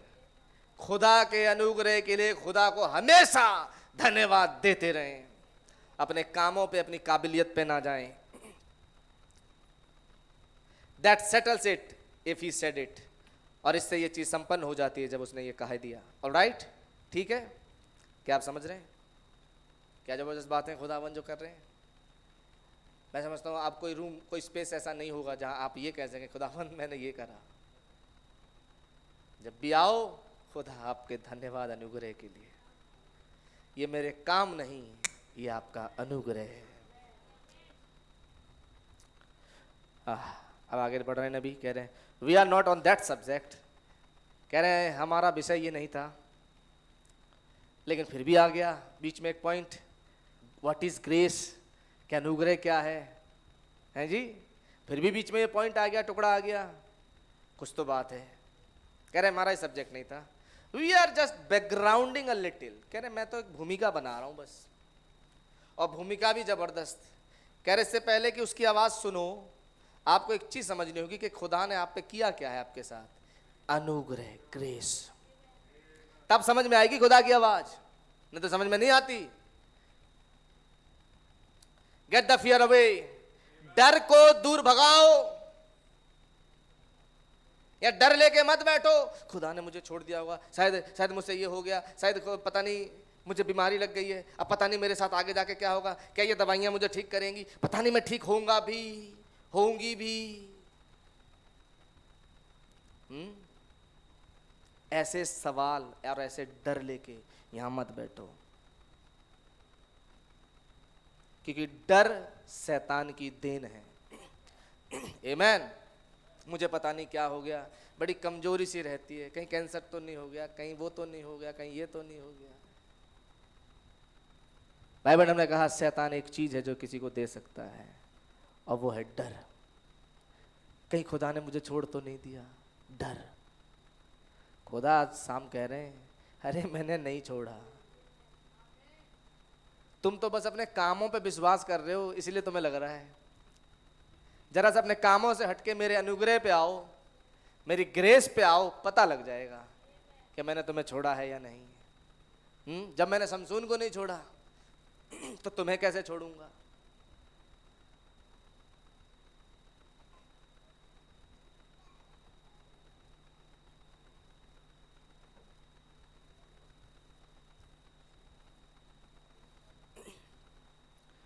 Don't be scared that God is not going to answer prayer. प्रार्थना करी, पता नहीं प्रभु जवाब देंगे कि नहीं देंगे। सुनिए, ह्यूमन नेचर। दुआ भी कर ली, अब पता नहीं जवाब आएगा कि नहीं आएगा, मालूम नहीं खुदा मेरी दुआ सुन भी रहे हैं कि नहीं, और दुआ भी करी है, पता नहीं खुदा ने मेरी दुआ सुनी है कि नहीं। नबी कह रहे डरो मत यार प्रार्थना करने के बाद। अरे भाई मत डरो, जब प्रार्थना कर ली अब डरने की जरूरत नहीं भाई, अब बस बैठ के काम देखो खुदा क्या कर रहे हैं। प्रार्थना के बाद भी डर लगा है, डर रहे हैं, ये एक डेविल है, एक दुष्ट आत्मा है मेरे भाई। Don't be scared that God is not going to answer your prayer. ऐसा सोच के डरो मत कि खुदा आपकी प्रार्थना का उत्तर नहीं देंगे। मेरे भाई मेरी बहन, खुदा हर एक की दुआओं का जवाब देते हैं, अगर आपने एक सत्यनिष्ठ हृदय से खुदावंद के सामने दुआ रखी है और आप एक सीरियसली एक दुआ को करें हैं। बात समझ में आ रही है? God always answers prayer. खुदा हमेशा दुआओं का जवाब देते हैं। मैं तो देख रहा हूं, आप भी देख रहे होंगे, कितनी फटाफट खुदावंद दुआओं को आजकल सुन रहे हैं भाई। आजकल बड़ा कुछ घट रहा है भाई, इस एंड टाइम मैसेज के लोगों के साथ बहुत कुछ अभी घट रहा है। बात सुन आ रही है? एक भाई मैं गवाही पढ़ रहा था भाई की, लखनऊ का भाई है कोई, बेचारे उनके कमर में दर्द था और वो टेप सुन रहे हैं, काफ़ी वर्षों से दर्द था, एक आध दिन का दर्द नहीं था, कमर में था, और वो बेल्ट लगा के चलना पड़ता था उनको, और ऐसे ही जा रहे हैं अपने काम पे और भाई बंडम की आवाज़ सुनते जा रहे हैं, मैसेज सुनते जा रहे हैं। अब वहाँ हीलिंग लाइन आती है और हीलिंग लाइन में भाई बंडम कहते हैं वो भाई आपकी जो कमर में दर्द है चंगा हो चुका, आप ठीक हो चुके। और जब उन्होंने उस प्रार्थना में अपने आप को शामिल किया, वो दर्द जा चुका था और अब ज्यादा उस बेल्ट की जरूरत नहीं है। हो रहा है भाई, एक के साथ नहीं, मैं देख रहा हूं, मैं लोगों के लिए दुआएं कर रहा हूं, जो आ रहे हैं मैं दुआएं कर रहा हूं, उनके पास रिजल्ट आ रहे हैं, और मैं देख पा रहा हूं कि इन दिनों खुदावंद कैसे अपने लोगों के साथ भलाइयां कर रहे हैं। क्यों मालूम ऐसा क्यों हो रहा है? क्योंकि अब खुदावंद तैयार हैं कि एक उस विश्वास को ढूंढ लें जो बोला जाए और हो जाए।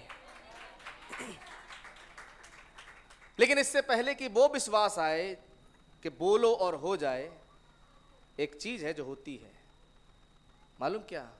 ये छोटी छोटी चीजें होते जाती हैं, होते जाती हैं, होते जाती हैं, होते जाती हैं, ताकि उस बड़े धमाके को करें जिससे पूरी दुनिया हिल जाए कि ये क्या हो रहा है। आमीन। ये छोटी छोटी चीजें हमारे विश्वास को बढ़ाने के लिए हैं। बात समझ आ रही है? जैसे पहला खिंचाव, दूसरा खिंचाव, लोगों को उस तीसरे की ओर लेकर आना था। नहीं, ऐसे ही ये दो छोटी छोटी चीजें हो रही हैं आज कि आप दुआएं कर रहे हैं और झट से देख रहे हैं आप दुआओं का जवाब आ जा रहा है। यार मैंने दुआ करी, अगले दिन ही जवाब आ गया, थोड़ी देर बाद ही आ गया। क्यों हो रहा है ये? खुदा कुछ दिखा रहे हैं। खुदा अब हमें एक ऐसे चैनल में लेकर आ रहे हैं जहां हमारा ईमान बढ़े और हम खुदा को कार्य करते हुए देखें, और तब हमारे पास वो विश्वास होगा जहां हमारी देहें बदल जाएं। शुरुआत ऐसे ही होगी। समझ में आ रही है? कह रहे the work is already finished, काम पहले ही किया जा चुका है। ही इज ऑब्लिगेटेड, वो तो बाध्य है इसे करने के लिए। ही मस्ट डू इट, उसे तो ये करना ही है। He has got to do it to keep his word, उन्हें तो ऐसा करना ही है ताकि वो अपने वचन को रख सके, वचन को पूरा करें। खुदा कोई भी काम जो आज हमारे साथ कर रहे हैं उसके पीछे एक ही कारण है कि वो अपने वचन को पूरा कर रहे हैं। हमारी शकलें देख के काम नहीं कर रहे, हमारे काम देख के काम नहीं कर रहे। अब्राहम के केस में बड़ा अच्छे से समझ में आता है ये बात। सारा की हंसी नहीं देख रहे वो, भाई मैं तो आया हूं यहां अब्राहम और सारा को जवान करने के लिए। अब सारा हंस रही, हंसती रहे। अब्राहम कितना अविश्वास कर रहा है, करता रहे। भाई मैं तो अपने काम पे आया हूं, मुझे तो वो फाइनल करना है। तुम हंसो, वो हंसे, हंसते रहो। मैं तो ये काम करना है, मुझे बॉडी चेंज देना है मुझे, क्योंकि समय हो गया, मुझे वायदे का बेटा लाना है। और वो फाइल अपनी पूरी कर रहे हैं, कह रहे हैं नीचे हस्ताक्षर कर चुका हूं, मैं यहां पे आ चुका हूं। सारा हंस रही, हंसने दो। अब्राहम तुम, अरे जो तुम्हें समझ में आए करो यार, लेकिन मुझे तो वायदा पूरा करना है। कह रहे मैं तुम्हें नहीं देख रहा, तुम्हारी पत्नी को नहीं देख रहा, मैं तो अपने वायदे को देख रहा हूं।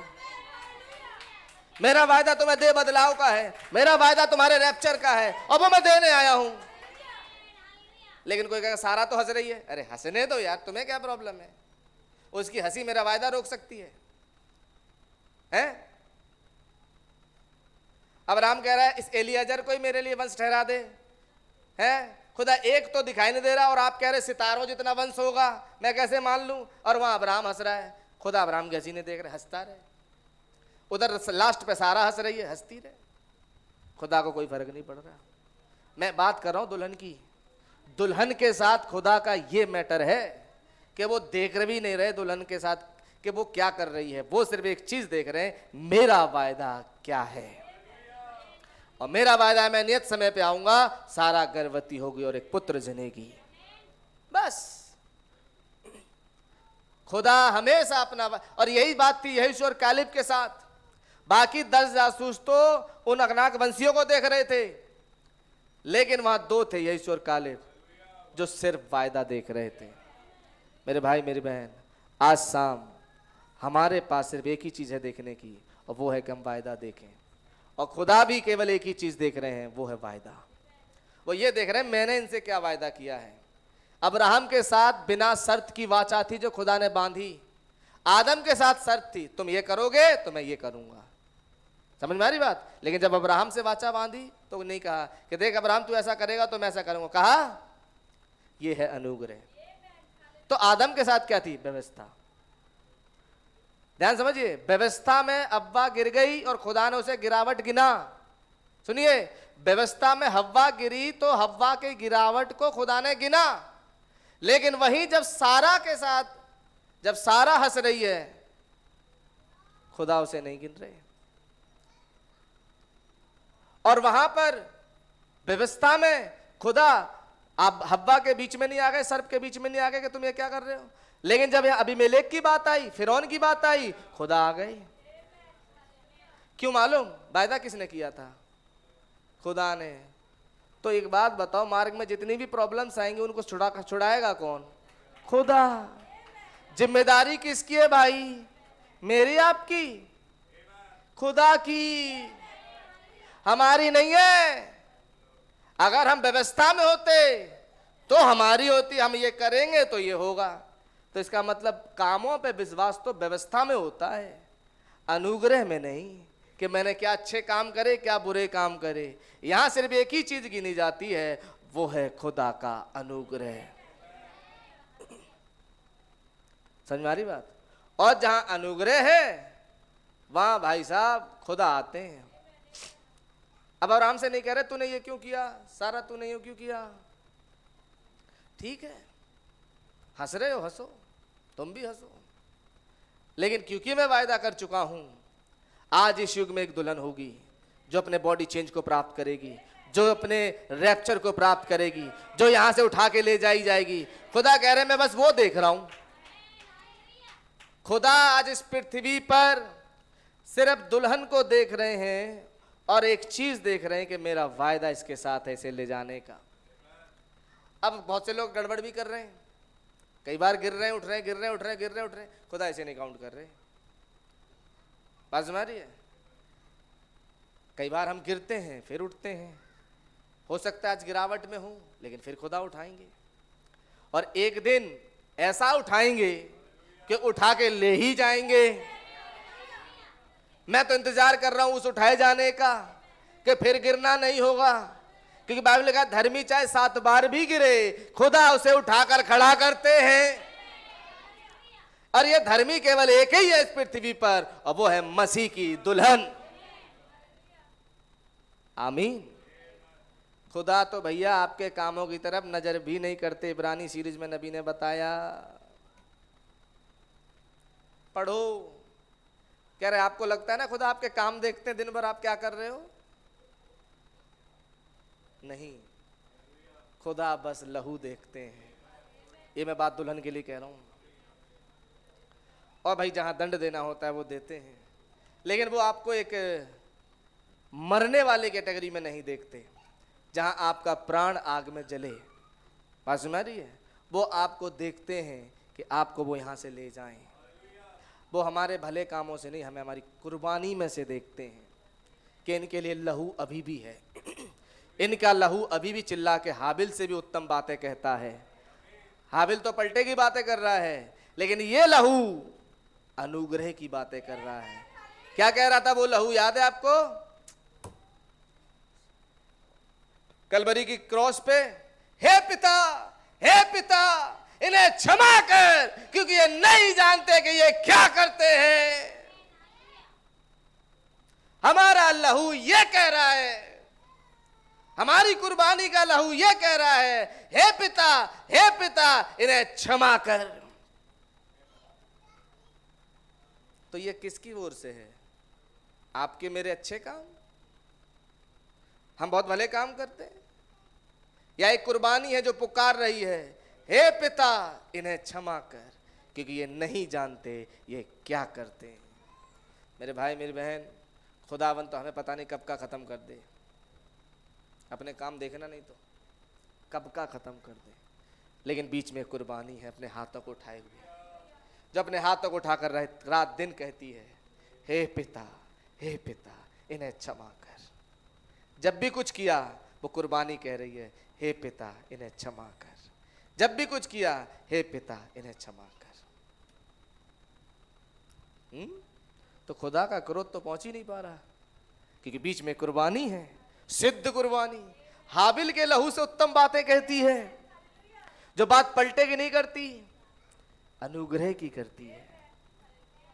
इसलिए मैं कह रहा हूं, अपनी कुर्बानी का और अनुग्रह का मुकासिबा पालो। आपको लगता होगा खुदा मेरे कामों में बड़ी नजर रखते हैं। नो डाउट रखते हैं, और जहां दंड देना चाहिए दंड भी देते हैं, लेकिन वो कामों से ये डिसाइड नहीं करते कि अब तुम्हें उठा के नरक में भेज दें। उसके लिए वो यही दंड देते हैं। नहीं लिखा बाइबल में, जो कि खाते पीते प्रभु के देह को ना पहचाने इसके द्वारा अपने को दंड लाता है, इसलिए तुम्हें बहुत सारे रोगी हैं, निर्बल हैं और बहुत से सो भी गए। प्रभु हमें दंड देकर हमारी ताड़ना करता है इसलिए ताकि हम संसार के साथ दोषी ना ठहरें। तो ये भी खुदा का अनुग्रह है। जब पौलुस के शरीर में कांटा चुभोया गया, पौलुस दुआ कर रहा है, खुदा मुझे इससे दूर करो, मुझसे इसे दूर करो। खुदा ने क्या कहा? ये मेरा अनुग्रह है। तो ताड़ना क्या है? खुदा का अनुग्रह। अजीब बात है भाई, क्या ताड़ना भी खुदा का अनुग्रह है? हाँ जी, यही तो बात है जो समझने वाली है कि जब खुदा ताड़ना दे, आप ये जानना कि खुदा का ये अनुग्रह है आप पे। क्यों ताड़ना दे रहे हैं? ताकि आप लाइन में बने रहो। Get in the line, get in the line, get in the line. याद है नबी कह रहे हैं जहां वो लोग थोड़ा सा दाएं बाएं जा रहे हैं उस लाइन में, और वो मार्चिंग करते हुए जा रहे हैं, ऑनवर्ड क्रिश्चियन सोल्जर्स, यीशु के सिपाही आगे कदम मार, और कोई एक आध लाइन से बाहर जा रहा है, गेट इन द लाइन। तो ये ताड़ना जो पड़ती है ये है लाइन में आ जाओ। बाइबल लिखा है अगर वो ताड़ना जो पिता अपने पुत्र की करता है, अगर तुम्हारी नहीं हुई तो तुम नाजायज औलाद हो और तुम खुदा के नहीं हो। इसलिए ताड़ना जरूरी है।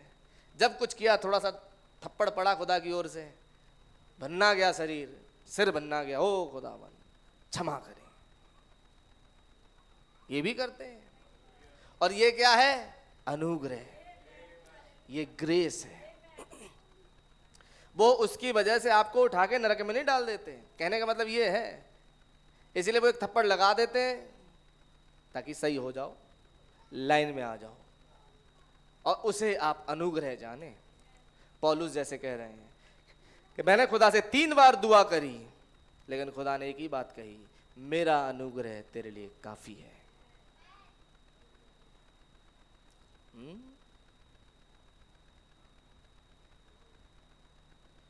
खुदा अपने वचन को पूरा करते हैं। नोटिस, ध्यान दें, now it is a finished work. अब ये एक संपूर्ण किया गया कार्य है, कोई ऐसा कार्य नहीं जो भविष्य में किया जाएगा। आपकी माफी होगी नहीं, हो चुकी। आपको धर्मी ठहराना होगा नहीं, हो चुका। आपके छुटकारे का कार्य होगा नहीं, हो चुका। And now if you are dealing with sin, लेकिन अब अगर आप पाप से सहयोग रख रहे हैं, पाप के साथ आप चीजों को कर रहे हैं, now maybe you never sinned, हो सकता है आपने कभी पाप ना किया हो। ध्यान समझे, हो सकता है नबी कह रहे हैं कि आपने कभी पाप ना किया हो। हम कहाँ पाप किया हूं, मैंने कहाँ पाप किया है जो यीशु मसीह मुझे क्षमा करे, जो यीशु मसीह के लहू की मुझे जरूरत हो कि मुझे क्षमा मिले। कई लोगों के दिमाग में भी होता है, मैं कहाँ पापी हूँ भाई, मैंने कहाँ कोई पाप किया है। भाई बहन भी कह रहे हैं हो सकता है आपने कभी कोई पाप ना किया हो, but there might be a sin that your father did. हो सकता है तुम्हारे बाप ने किया हो,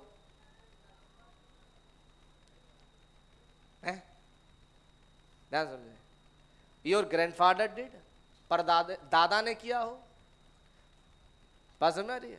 तुमने नहीं किया तो तुम्हारे बाप ने किया होगा, बाप ने नहीं किया तो उनके बाप ने किया होगा, किसी ने तो किया जिसकी सजा तुम भुगत रहे।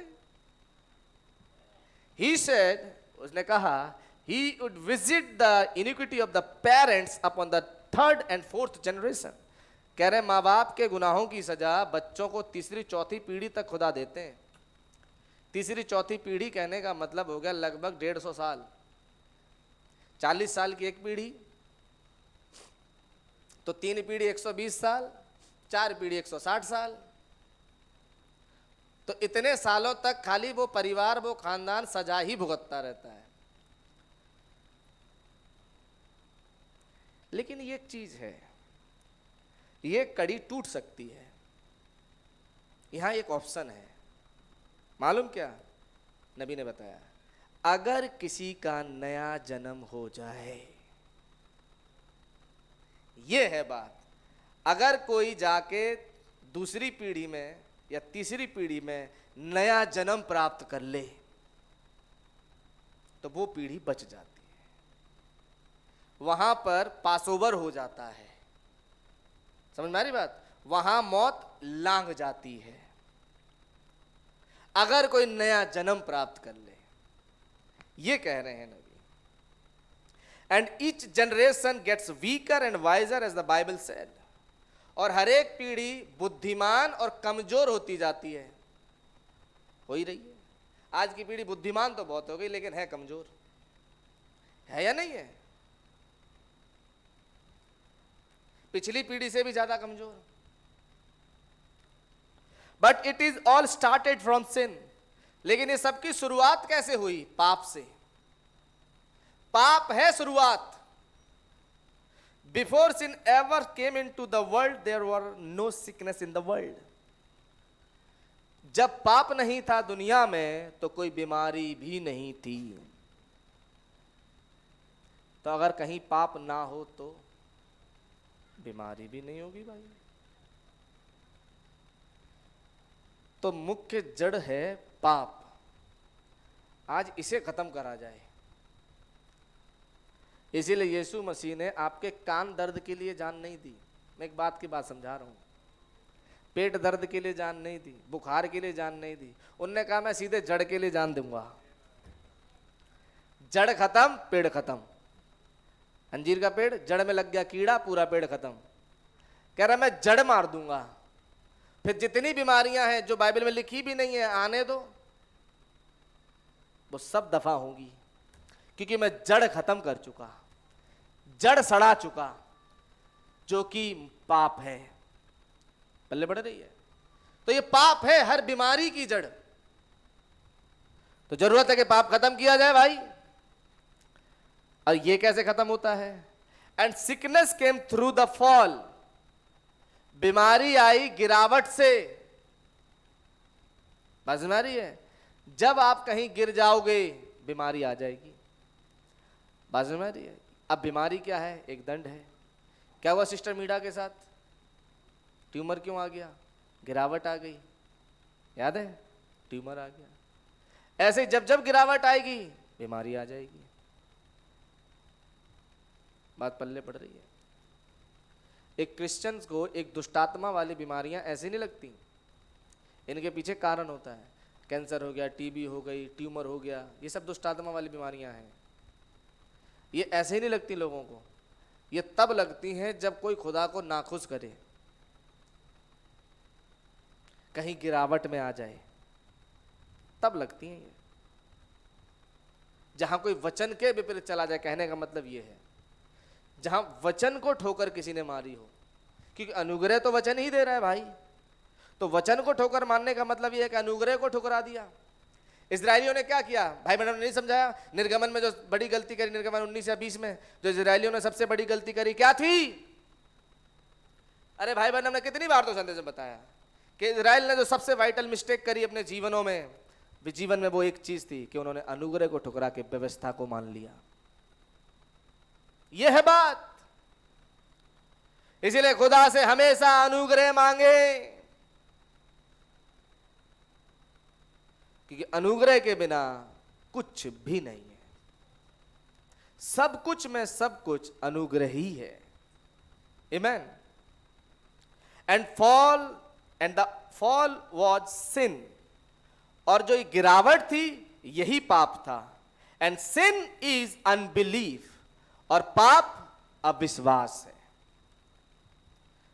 तो जब जब अविश्वास करोगे, बाइबल बंद करो, हमें नहीं सुनना, अब अपने आप बात करो, तुम बोलो, बाइबल ना बोले, ये क्या बता रहे हैं?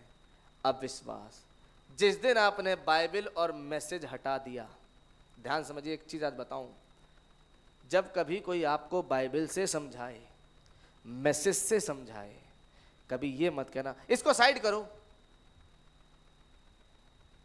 जिस दिन ऐसा कह दिया, याद रखना कि ये फिर साइड ही हो गया। और ये साइड हो गया तो फिर कोई और है जो आ गया, फिर लगेगी ऐसी बीमारी। बात समझ आ रही है? क्योंकि नबी समझा रहे हैं गिरावट पाप है और पाप अविश्वास है। और जब ये आया, अब आएगी बीमारी। क्योंकि बीमारी किसकी वजह से आई? गिरावट की वजह से। यही तो कह रहे हैं नबी। बीमारी की जड़ क्या है? गिरावट, पाप, अविश्वास। तो याद रखना, जिंदगी में ढूंढना, ऐ खुदावन कहीं कोई मुझे अगर वचन से समझा रहा था या फिर वचन से ही कोई बात आ रही थी और मैंने कहीं उसको तिरस्कार तो नहीं किया और अपने ही तकियानुसी विचारों पे तो आगे नहीं बढ़ गया। याद रखिएगा, यार मेरा दिमाग ये कहता है, मेरा मन ये कहता है, अरे छोड़ो वचन तो कहता है, कोई बात नहीं, मेरा मन ये कहता है। कभी ऐसा एटीट्यूड लेकर तो नहीं गए यहां से। याद रखना, जिस दिन गए उसी दिन बीमारी घर पहुंचेगी। अरे वो तो पास्टर हैं, उनका तो काम ही बोलने का है, छोड़ो उन्हें बोलने दो, हम इतना ध्यान नहीं देते।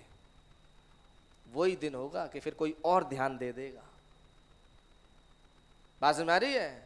फिर घुसेगी घर में बीमारी, फिर घुसेगी तंगहाली, फिर घुसेंगे टिड्डियां। लिखा है ना बाइबल में टिड्डियों के बारे में, ये आएंगी फिर सफेद कोट पहन के। एक टिड्डी आएगी, एक आएगी काला कोट पहन के, एक आएगी खाकी कोट पहन के, समझ में आ रही है? एक आएगी काला कोट पहन के और तमाम तरह तरह के कोट पहन के। 4 टिड्डियां आ जाएंगी और फिर नोचना शुरू करेंगी। वजह क्या होगी? क्योंकि कोई वचन बोल रहा था और वचन से ज्यादा हमने अपनी खोपड़िया की सुनी ना, ये बहुत चलती है, इसकी सुनी। खोपड़िया ले डूबेगी। नबी ने बताया, खुदा ने ये चुना, शैतान ने ये चुना। तो जब इसकी सुनोगे तो सुन किसके रहे? शैतान की। तो ये ले डूबेगा।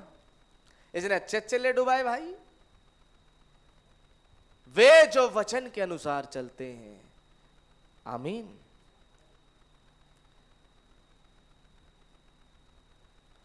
बहुत तेरी बातें हैं भाई संदेश में जो नबी कह रहे हैं।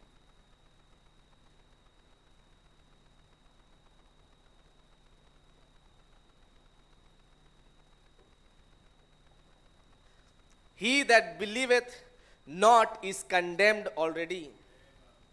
वो जो विश्वास नहीं करता वो पहले से ही दोषी ठहराया जा चुका। बात समझ रही है? Before you even get started, you are condemned. इससे पहले कि आपने शुरुआत भी करी, आप दोषी हो। शुरुआत से पहले ही दोषी हो। You are born in sin. आप पाप में पैदा हुए। Saved in iniquity. अधर्म में आप गढ़े गए। Come to the world speaking lies. दुनिया में झूठ बोलते हुए आए। ये तो बाइबल है। No matter how much you was dedicated on the altar. फर्क नहीं पड़ता कि वेदी पर आपको कितना समर्पण किया गया। हज़रात, आपको कितना ज्यादा समर्पित किया गया खुदा की वेदी पे, इससे कोई फर्क नहीं पड़ता। How many times you were sprinkled, baptized, poured, whatever it is. कितनी बार तुम्हारा छिड़काव हुआ, कितनी बार तुम्हारा बपतिस्मा हुआ, कितनी बार तुम पे पानी ढाला गया, जो कुछ भी हुआ, इससे कोई फर्क नहीं पड़ता। You are still a sinner. आप तब भी एक पापी हैं। That's all. यही बात है। Until you repent, जब तक कि आप पश्चाताप ना करें, and God recognizes.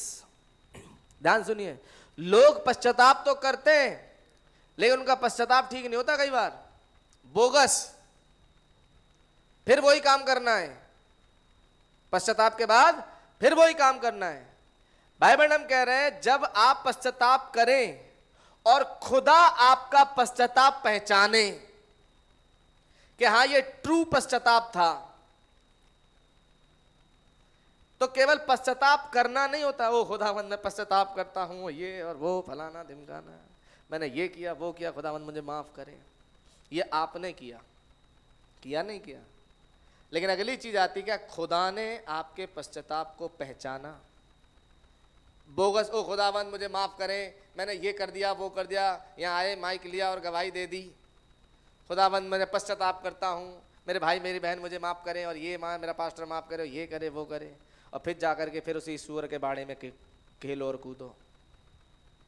ये पश्चाताप नहीं था, ये बोगस पश्चाताप था। बात समझ आ रही है?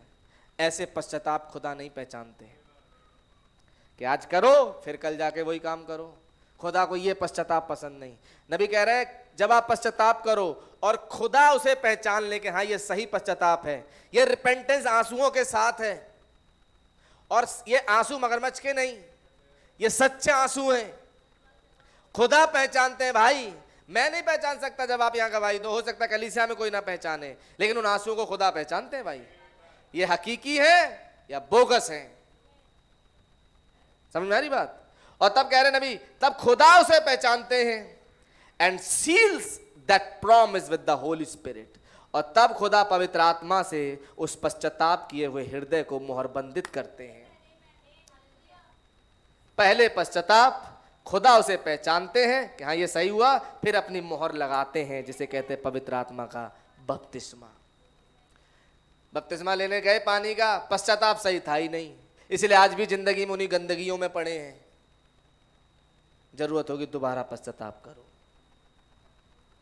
बाइबल में पहले ये नहीं था कि बपतिस्मा लो फिर पश्चाताप करो।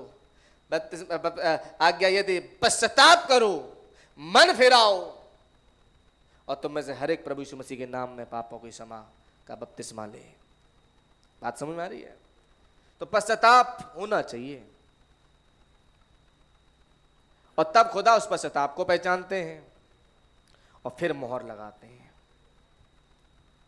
आपने एक लेटर लिखा, ऑफिस में गया, फिर उसे पढ़ता है वो ऑफिसर, पढ़ने के बाद देखता है कि हाँ ये सही है या नहीं, तब वो अपनी मोहर लगाता है, उठाता है और लगा देता है, अप्रूव्ड। यही काम खुदा करते हैं। दैट्स राइट, ये बिल्कुल ठीक बात है। Then you are born again, और तब आपका नया जन्म होता है। Then you are son and daughter of God, तब आप खुदा के बेटे और बेटी हैं। इट्स अ रीजनरेशन, ये दोबारा से बनाया जाना है। बात समझ में आ रही है? ये खुदावन जो है आपको दोबारा बनाते हैं। अ न्यू क्रिएशन, जैसा पहले को 5:17 में लिखा है, अब जो मसीह में है वे नई सृष्टि हैं। नहीं, बीती बातें बीत गई, देखो सब नई हो गई हैं। वो एक नई सृष्टि हमें बनाते हैं। देन योर एट्रीब्यूट्स, तब आपके गुण, योर थॉट्स, आपके विचार, आर नॉट लाइक दे वर। तब सुनिए, जब खुदा आपको नया जन्म देते हैं तो आपके विचार, आपके काम, गुण ये वैसे नहीं रहते जैसे पहले थे। अब आपका जीवन एक बदला हुआ होता है। पहले वाले दोस्त अब नहीं होते, पहले वाले रिश्तेदार अब नहीं होते। क्यों? पवित्र आत्मा मैच ही नहीं करता भाई। आप एक बात बताओ, पवित्र आत्मा किसी शराबी के साथ बैठेगा और आप बैठ रहे हो, पहचान तो यही हो गई। कितनी बड़ी पहचान दूं? आप बैठ रहे हो और आपको घुटन नहीं हो रही, सीधा सीधा होली गोस्ट है ही नहीं। पवित्र आत्मा तो भाई साहब कतराएगा ऐसी जगहों पे जाने में। कोई स्मोकिंग कर रहा है और मैं वहां बैठा हूं, मजे ले रहा हूं, और उसी से बातचीत कर रहा हूं जो सिगरेट पी रहा है। आपका गला चोक होगा। कोई गाली गलौज कर रहा है, इधर उधर की बातें कर रहा है, और आप वहां बैठे, आपका गला चोक होगा। क्यों क्यों होगा मालूम? क्योंकि होली गोस्ट अंदर है। वो कह रहा है उठ यहां से, भाग, अलहदा हो। मूसा से नहीं कहा खुदा ने अपने आप को इनसे अलहदा कर? कोरा दातान का झुंड वहां खड़ा था और उन्हें बछड़ा बना लिया था। खुदा ने क्या कहा? मूसा अपने आप को इन लोगों से अलहदा कर। ये काम जरूरी है भाई। खुदा अलहदगी पसंद खुदा है। पवित्र आत्मा की पहचान बता रहा हूं। पवित्र आत्मा ऐसे अड्डों पे जाएगा ही नहीं। या जाएगा? मुझे बताएं यीशु मसीह कहां गए? एक भी जगह हो ही नहीं सकता भाई। यीशु मसीह कभी बार में जा ही नहीं सकते। आप ले जाके दिखाओ। यीशु मसीह कभी गलत जगहों पे जा ही नहीं सकते। आप ले जाके दिखाओ। गला चौक हो जाएगा, घबराएगा अंदर से, मैं कहां जा रहा हूं, क्या कर रहा हूं, मैं कैसे बकवास लोगों के साथ बैठा हूं। झट से उठोगे और निकल लोगे, अरे भाई मैं चला, मेरा दम घुट रहा है यहाँ पे। क्यों? क्योंकि अंदर पवित्र आत्मा है। दम घुटेगा ऐसी पार्टीज में, ऐसी बर्थडे पार्टी में, ऐसी शादी पार्टीज में जो अविश्वासियों की हो, वो जाके बैठ के वहां खाना नहीं खा पाएगा, कभी नहीं। ऐसी शादियों में उससे खाना खाएगा ही नहीं, ऐसे डीजे के पास वो बैठ के खाना खाएगा ही नहीं, क्योंकि चोक होगा गला। होली घोस्ट उसे चोक करेगा, वो कुछ नहीं देखेगा, वो केवल वचन देखेगा। नबी ने कहा मैं नाले का पानी पी लूंगा, सोडा क्रैकर खा लूंगा, लेकिन प्रचार सच्चाई का करूंगा। नबी ने नहीं कहा। यह है पवित्र आत्मा की कुछ पहचान है भाई। पवित्र आत्मा ऐसी संगति से, ओहो अब यहाँ पे ठीक नहीं माहौल, तुरंत साइड होगा, वो तुरंत साइड होगा। यह है होली घोस्ट भरे हुए व्यक्ति की पहचान। अगर आपके साथ ऐसा नहीं होता है, मेरे भाई मेरी बहन, दोबारा सोचिए। आप समय मत बर्बाद करो अपना भाई मेरी बहन, समय बर्बाद मत करो। आप कहीं नहीं जा रहे, आपके मुंह पे कह रहा हूँ, आप कहीं नहीं जा रहे। लेकिन जब आपको ऐसी जगहों पे चोक हो गला, आपसे कोई गलती हो जाए, भाई साहब चोक हो रहा है, कब जाऊं खुदा से माफ़ी मांगूं, या उस भाई से या उस बहन से माफ़ी मांगूं जहाँ से मेरी गलती हुई है। चोक होगा अंदर, एक बेचैनी सी रहेगी जब तक मैं जाके माफ़ी ना मांग लूँ। यह है होली घोस्ट का प्रमाण। होली घोस्ट हमेशा चीजों को ठीक करने में विश्वास करता है। वो सुअर की तरह कीचड़ में नहीं लतेड़ता रहेगा, लताड़ता रहेगा। ऑफ कोर्स मेमने भी नाली में गिरते हैं, लेकिन नबी ने समझाया मेमने के साथ एक खास बात है, वो झट से नाली से बाहर आता है और अपने आप को झाड़ता है, आगे बढ़ता है। ये है पवित्र आत्मा से भरे व्यक्ति की बात। अगर किसी से कहीं गलती होती है, कोई बात होती है किसी भाई या किसी बहन के विरोध में, वो पवित्र आत्मा से भरा व्यक्ति झट से आएगा। क्यों? क्योंकि अंदर बेचैन कर रहा है। पवित्र आत्मा ने भाई बहन को मैं बेचैन किया, झूठे मैं तेरी दुआ क्यों सुनूं? वो आपको भी करेगा, वो आपको भी करेगा। चल हट, मैं तेरी दुआ क्यों सुनूं? तूने फलाने को ऐसे क्यों बोला? तूने क्यों उसको उसकी रिस्पेक्ट नहीं दी? अगर अंदर है तो बोलेगा, ज्ञान नहीं बोलेगा, लेकिन होली घोस्ट बोलेगा। मैं जानता हूं पवित्र आत्मा कचोटता है अंदर, तूने उसको ऐसे क्यों बोला? जा जाके माफी मांग, जा माफी मांग। किसी से झूठ भी बोल दोगे ना तो अंदर कचोटेगा पवित्र आत्मा, अरे यार क्यों बोला तूने? तुझे ऐसा नहीं करना चाहिए था, तुझे अपने पास्टर से, अपने भाई से, अपने बहन से ऐसे झूठ नहीं बोलना चाहिए था। जा उसको सही बोल, सही कर। तुझे ऐसे बदतमीजी नहीं करनी चाहिए थी, जाके उसे ठीक कर। यह है होली घोस्ट का प्रमाण। वो बेचैन करता है भाई, मेरे बोलने से नहीं होता, वो अंदर बैठा है। अब वो अंदर से आएगा और वो घूंसे मारता है अंदर से, चल चल चल के ठीक कर, चल ठीक कर इसको। कैसे नहीं ठीक करेगा? ठीक कर। कैसे तूने बोला? कैसे तूने सोचा? चल इसे ठीक कर। और जब ऐसा हो, कोई है अदृश्य संसार का जो अंदर बैठ के बेचैन कर रहा है।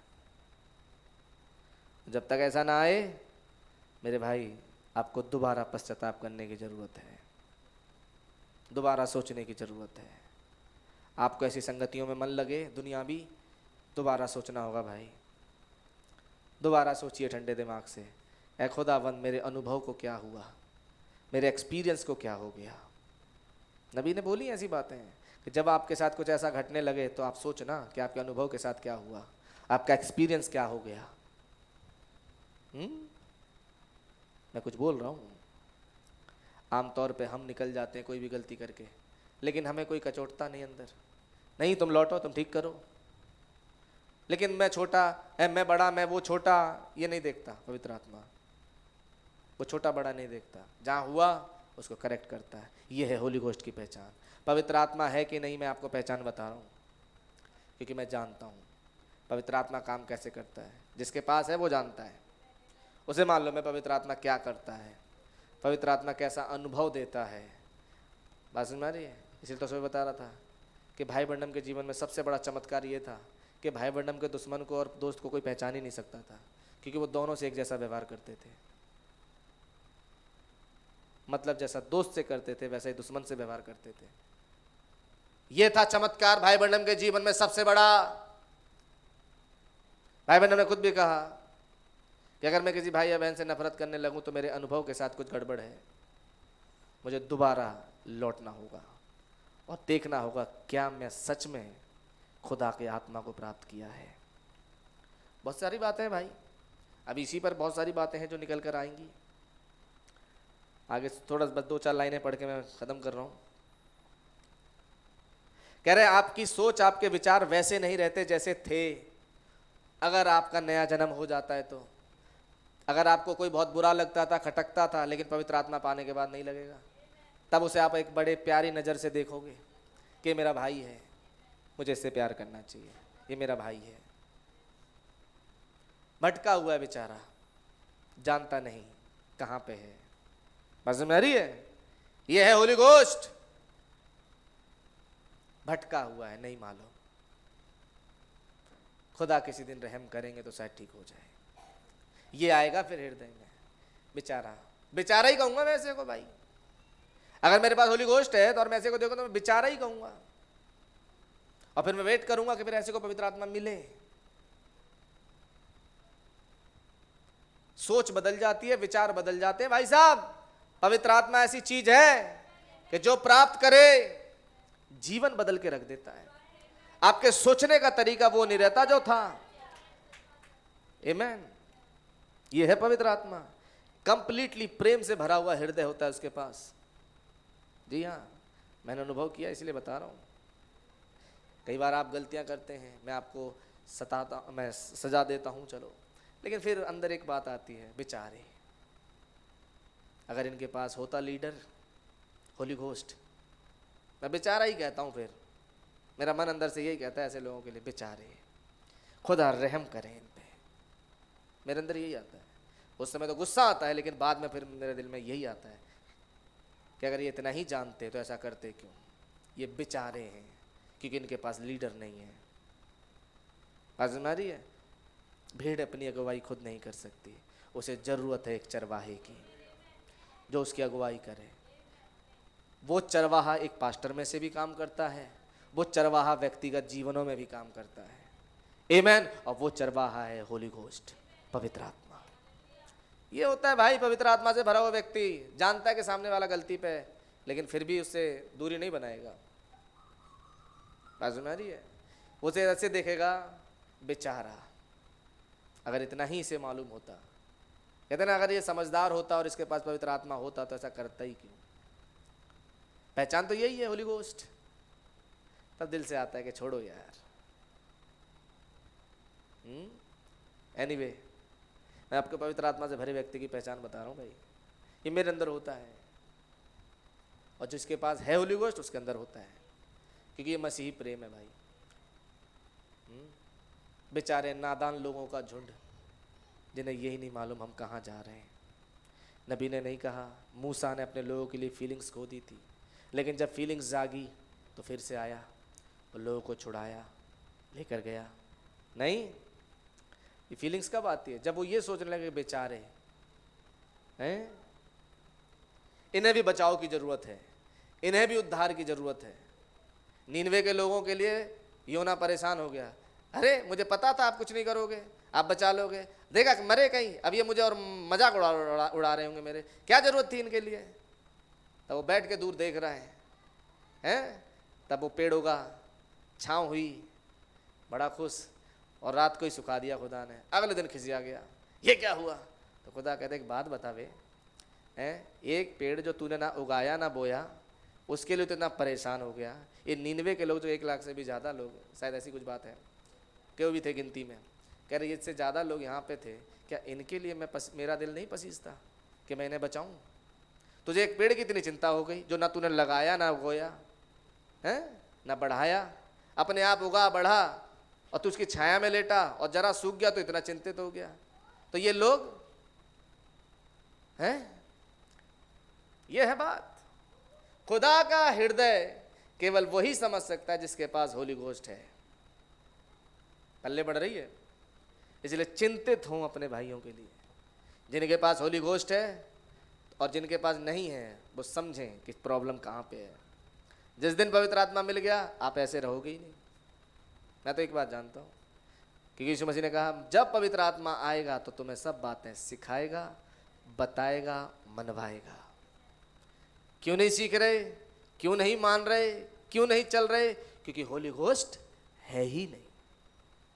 मेरे भाई मेरी बहन, आज शाम पवित्र आत्मा प्राप्त कर लें। Amen. You become a complete surrendered vessel to God.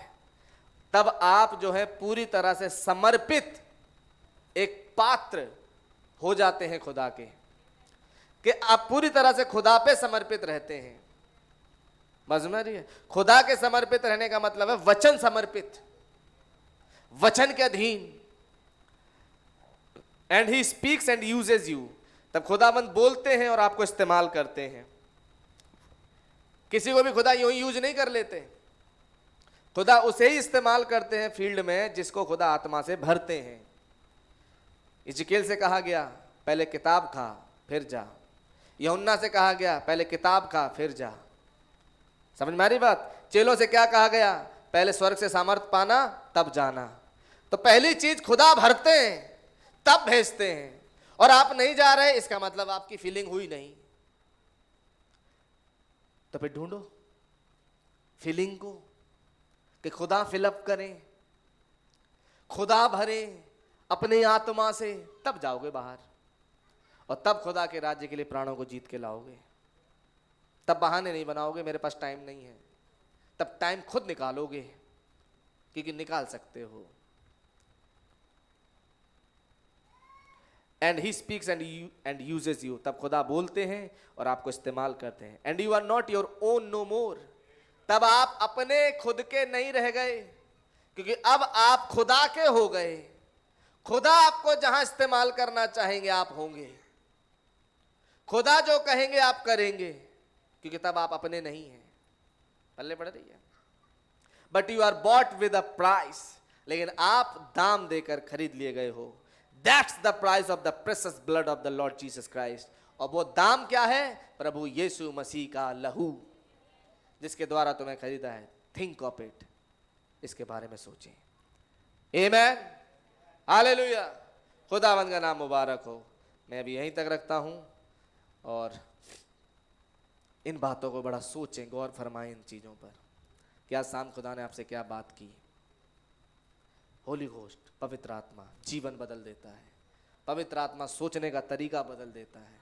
पवित्र आत्मा ही है जो सब कुछ करता है। आमेन। वही है जो कीचड़ में से निकाल के ले आता है। आमीन। अनुग्रह के खोजी बनो भाई। कामों पे भरोसा मत रखो।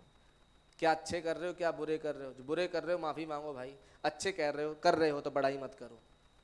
कहीं बुरा होता है माफी मांगो। अच्छा हो रहा है बड़ाई मत मारो।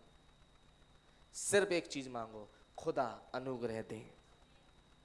खुदा मुझे आपके अनुग्रह की आवश्यकता है आज शाम। आमीन।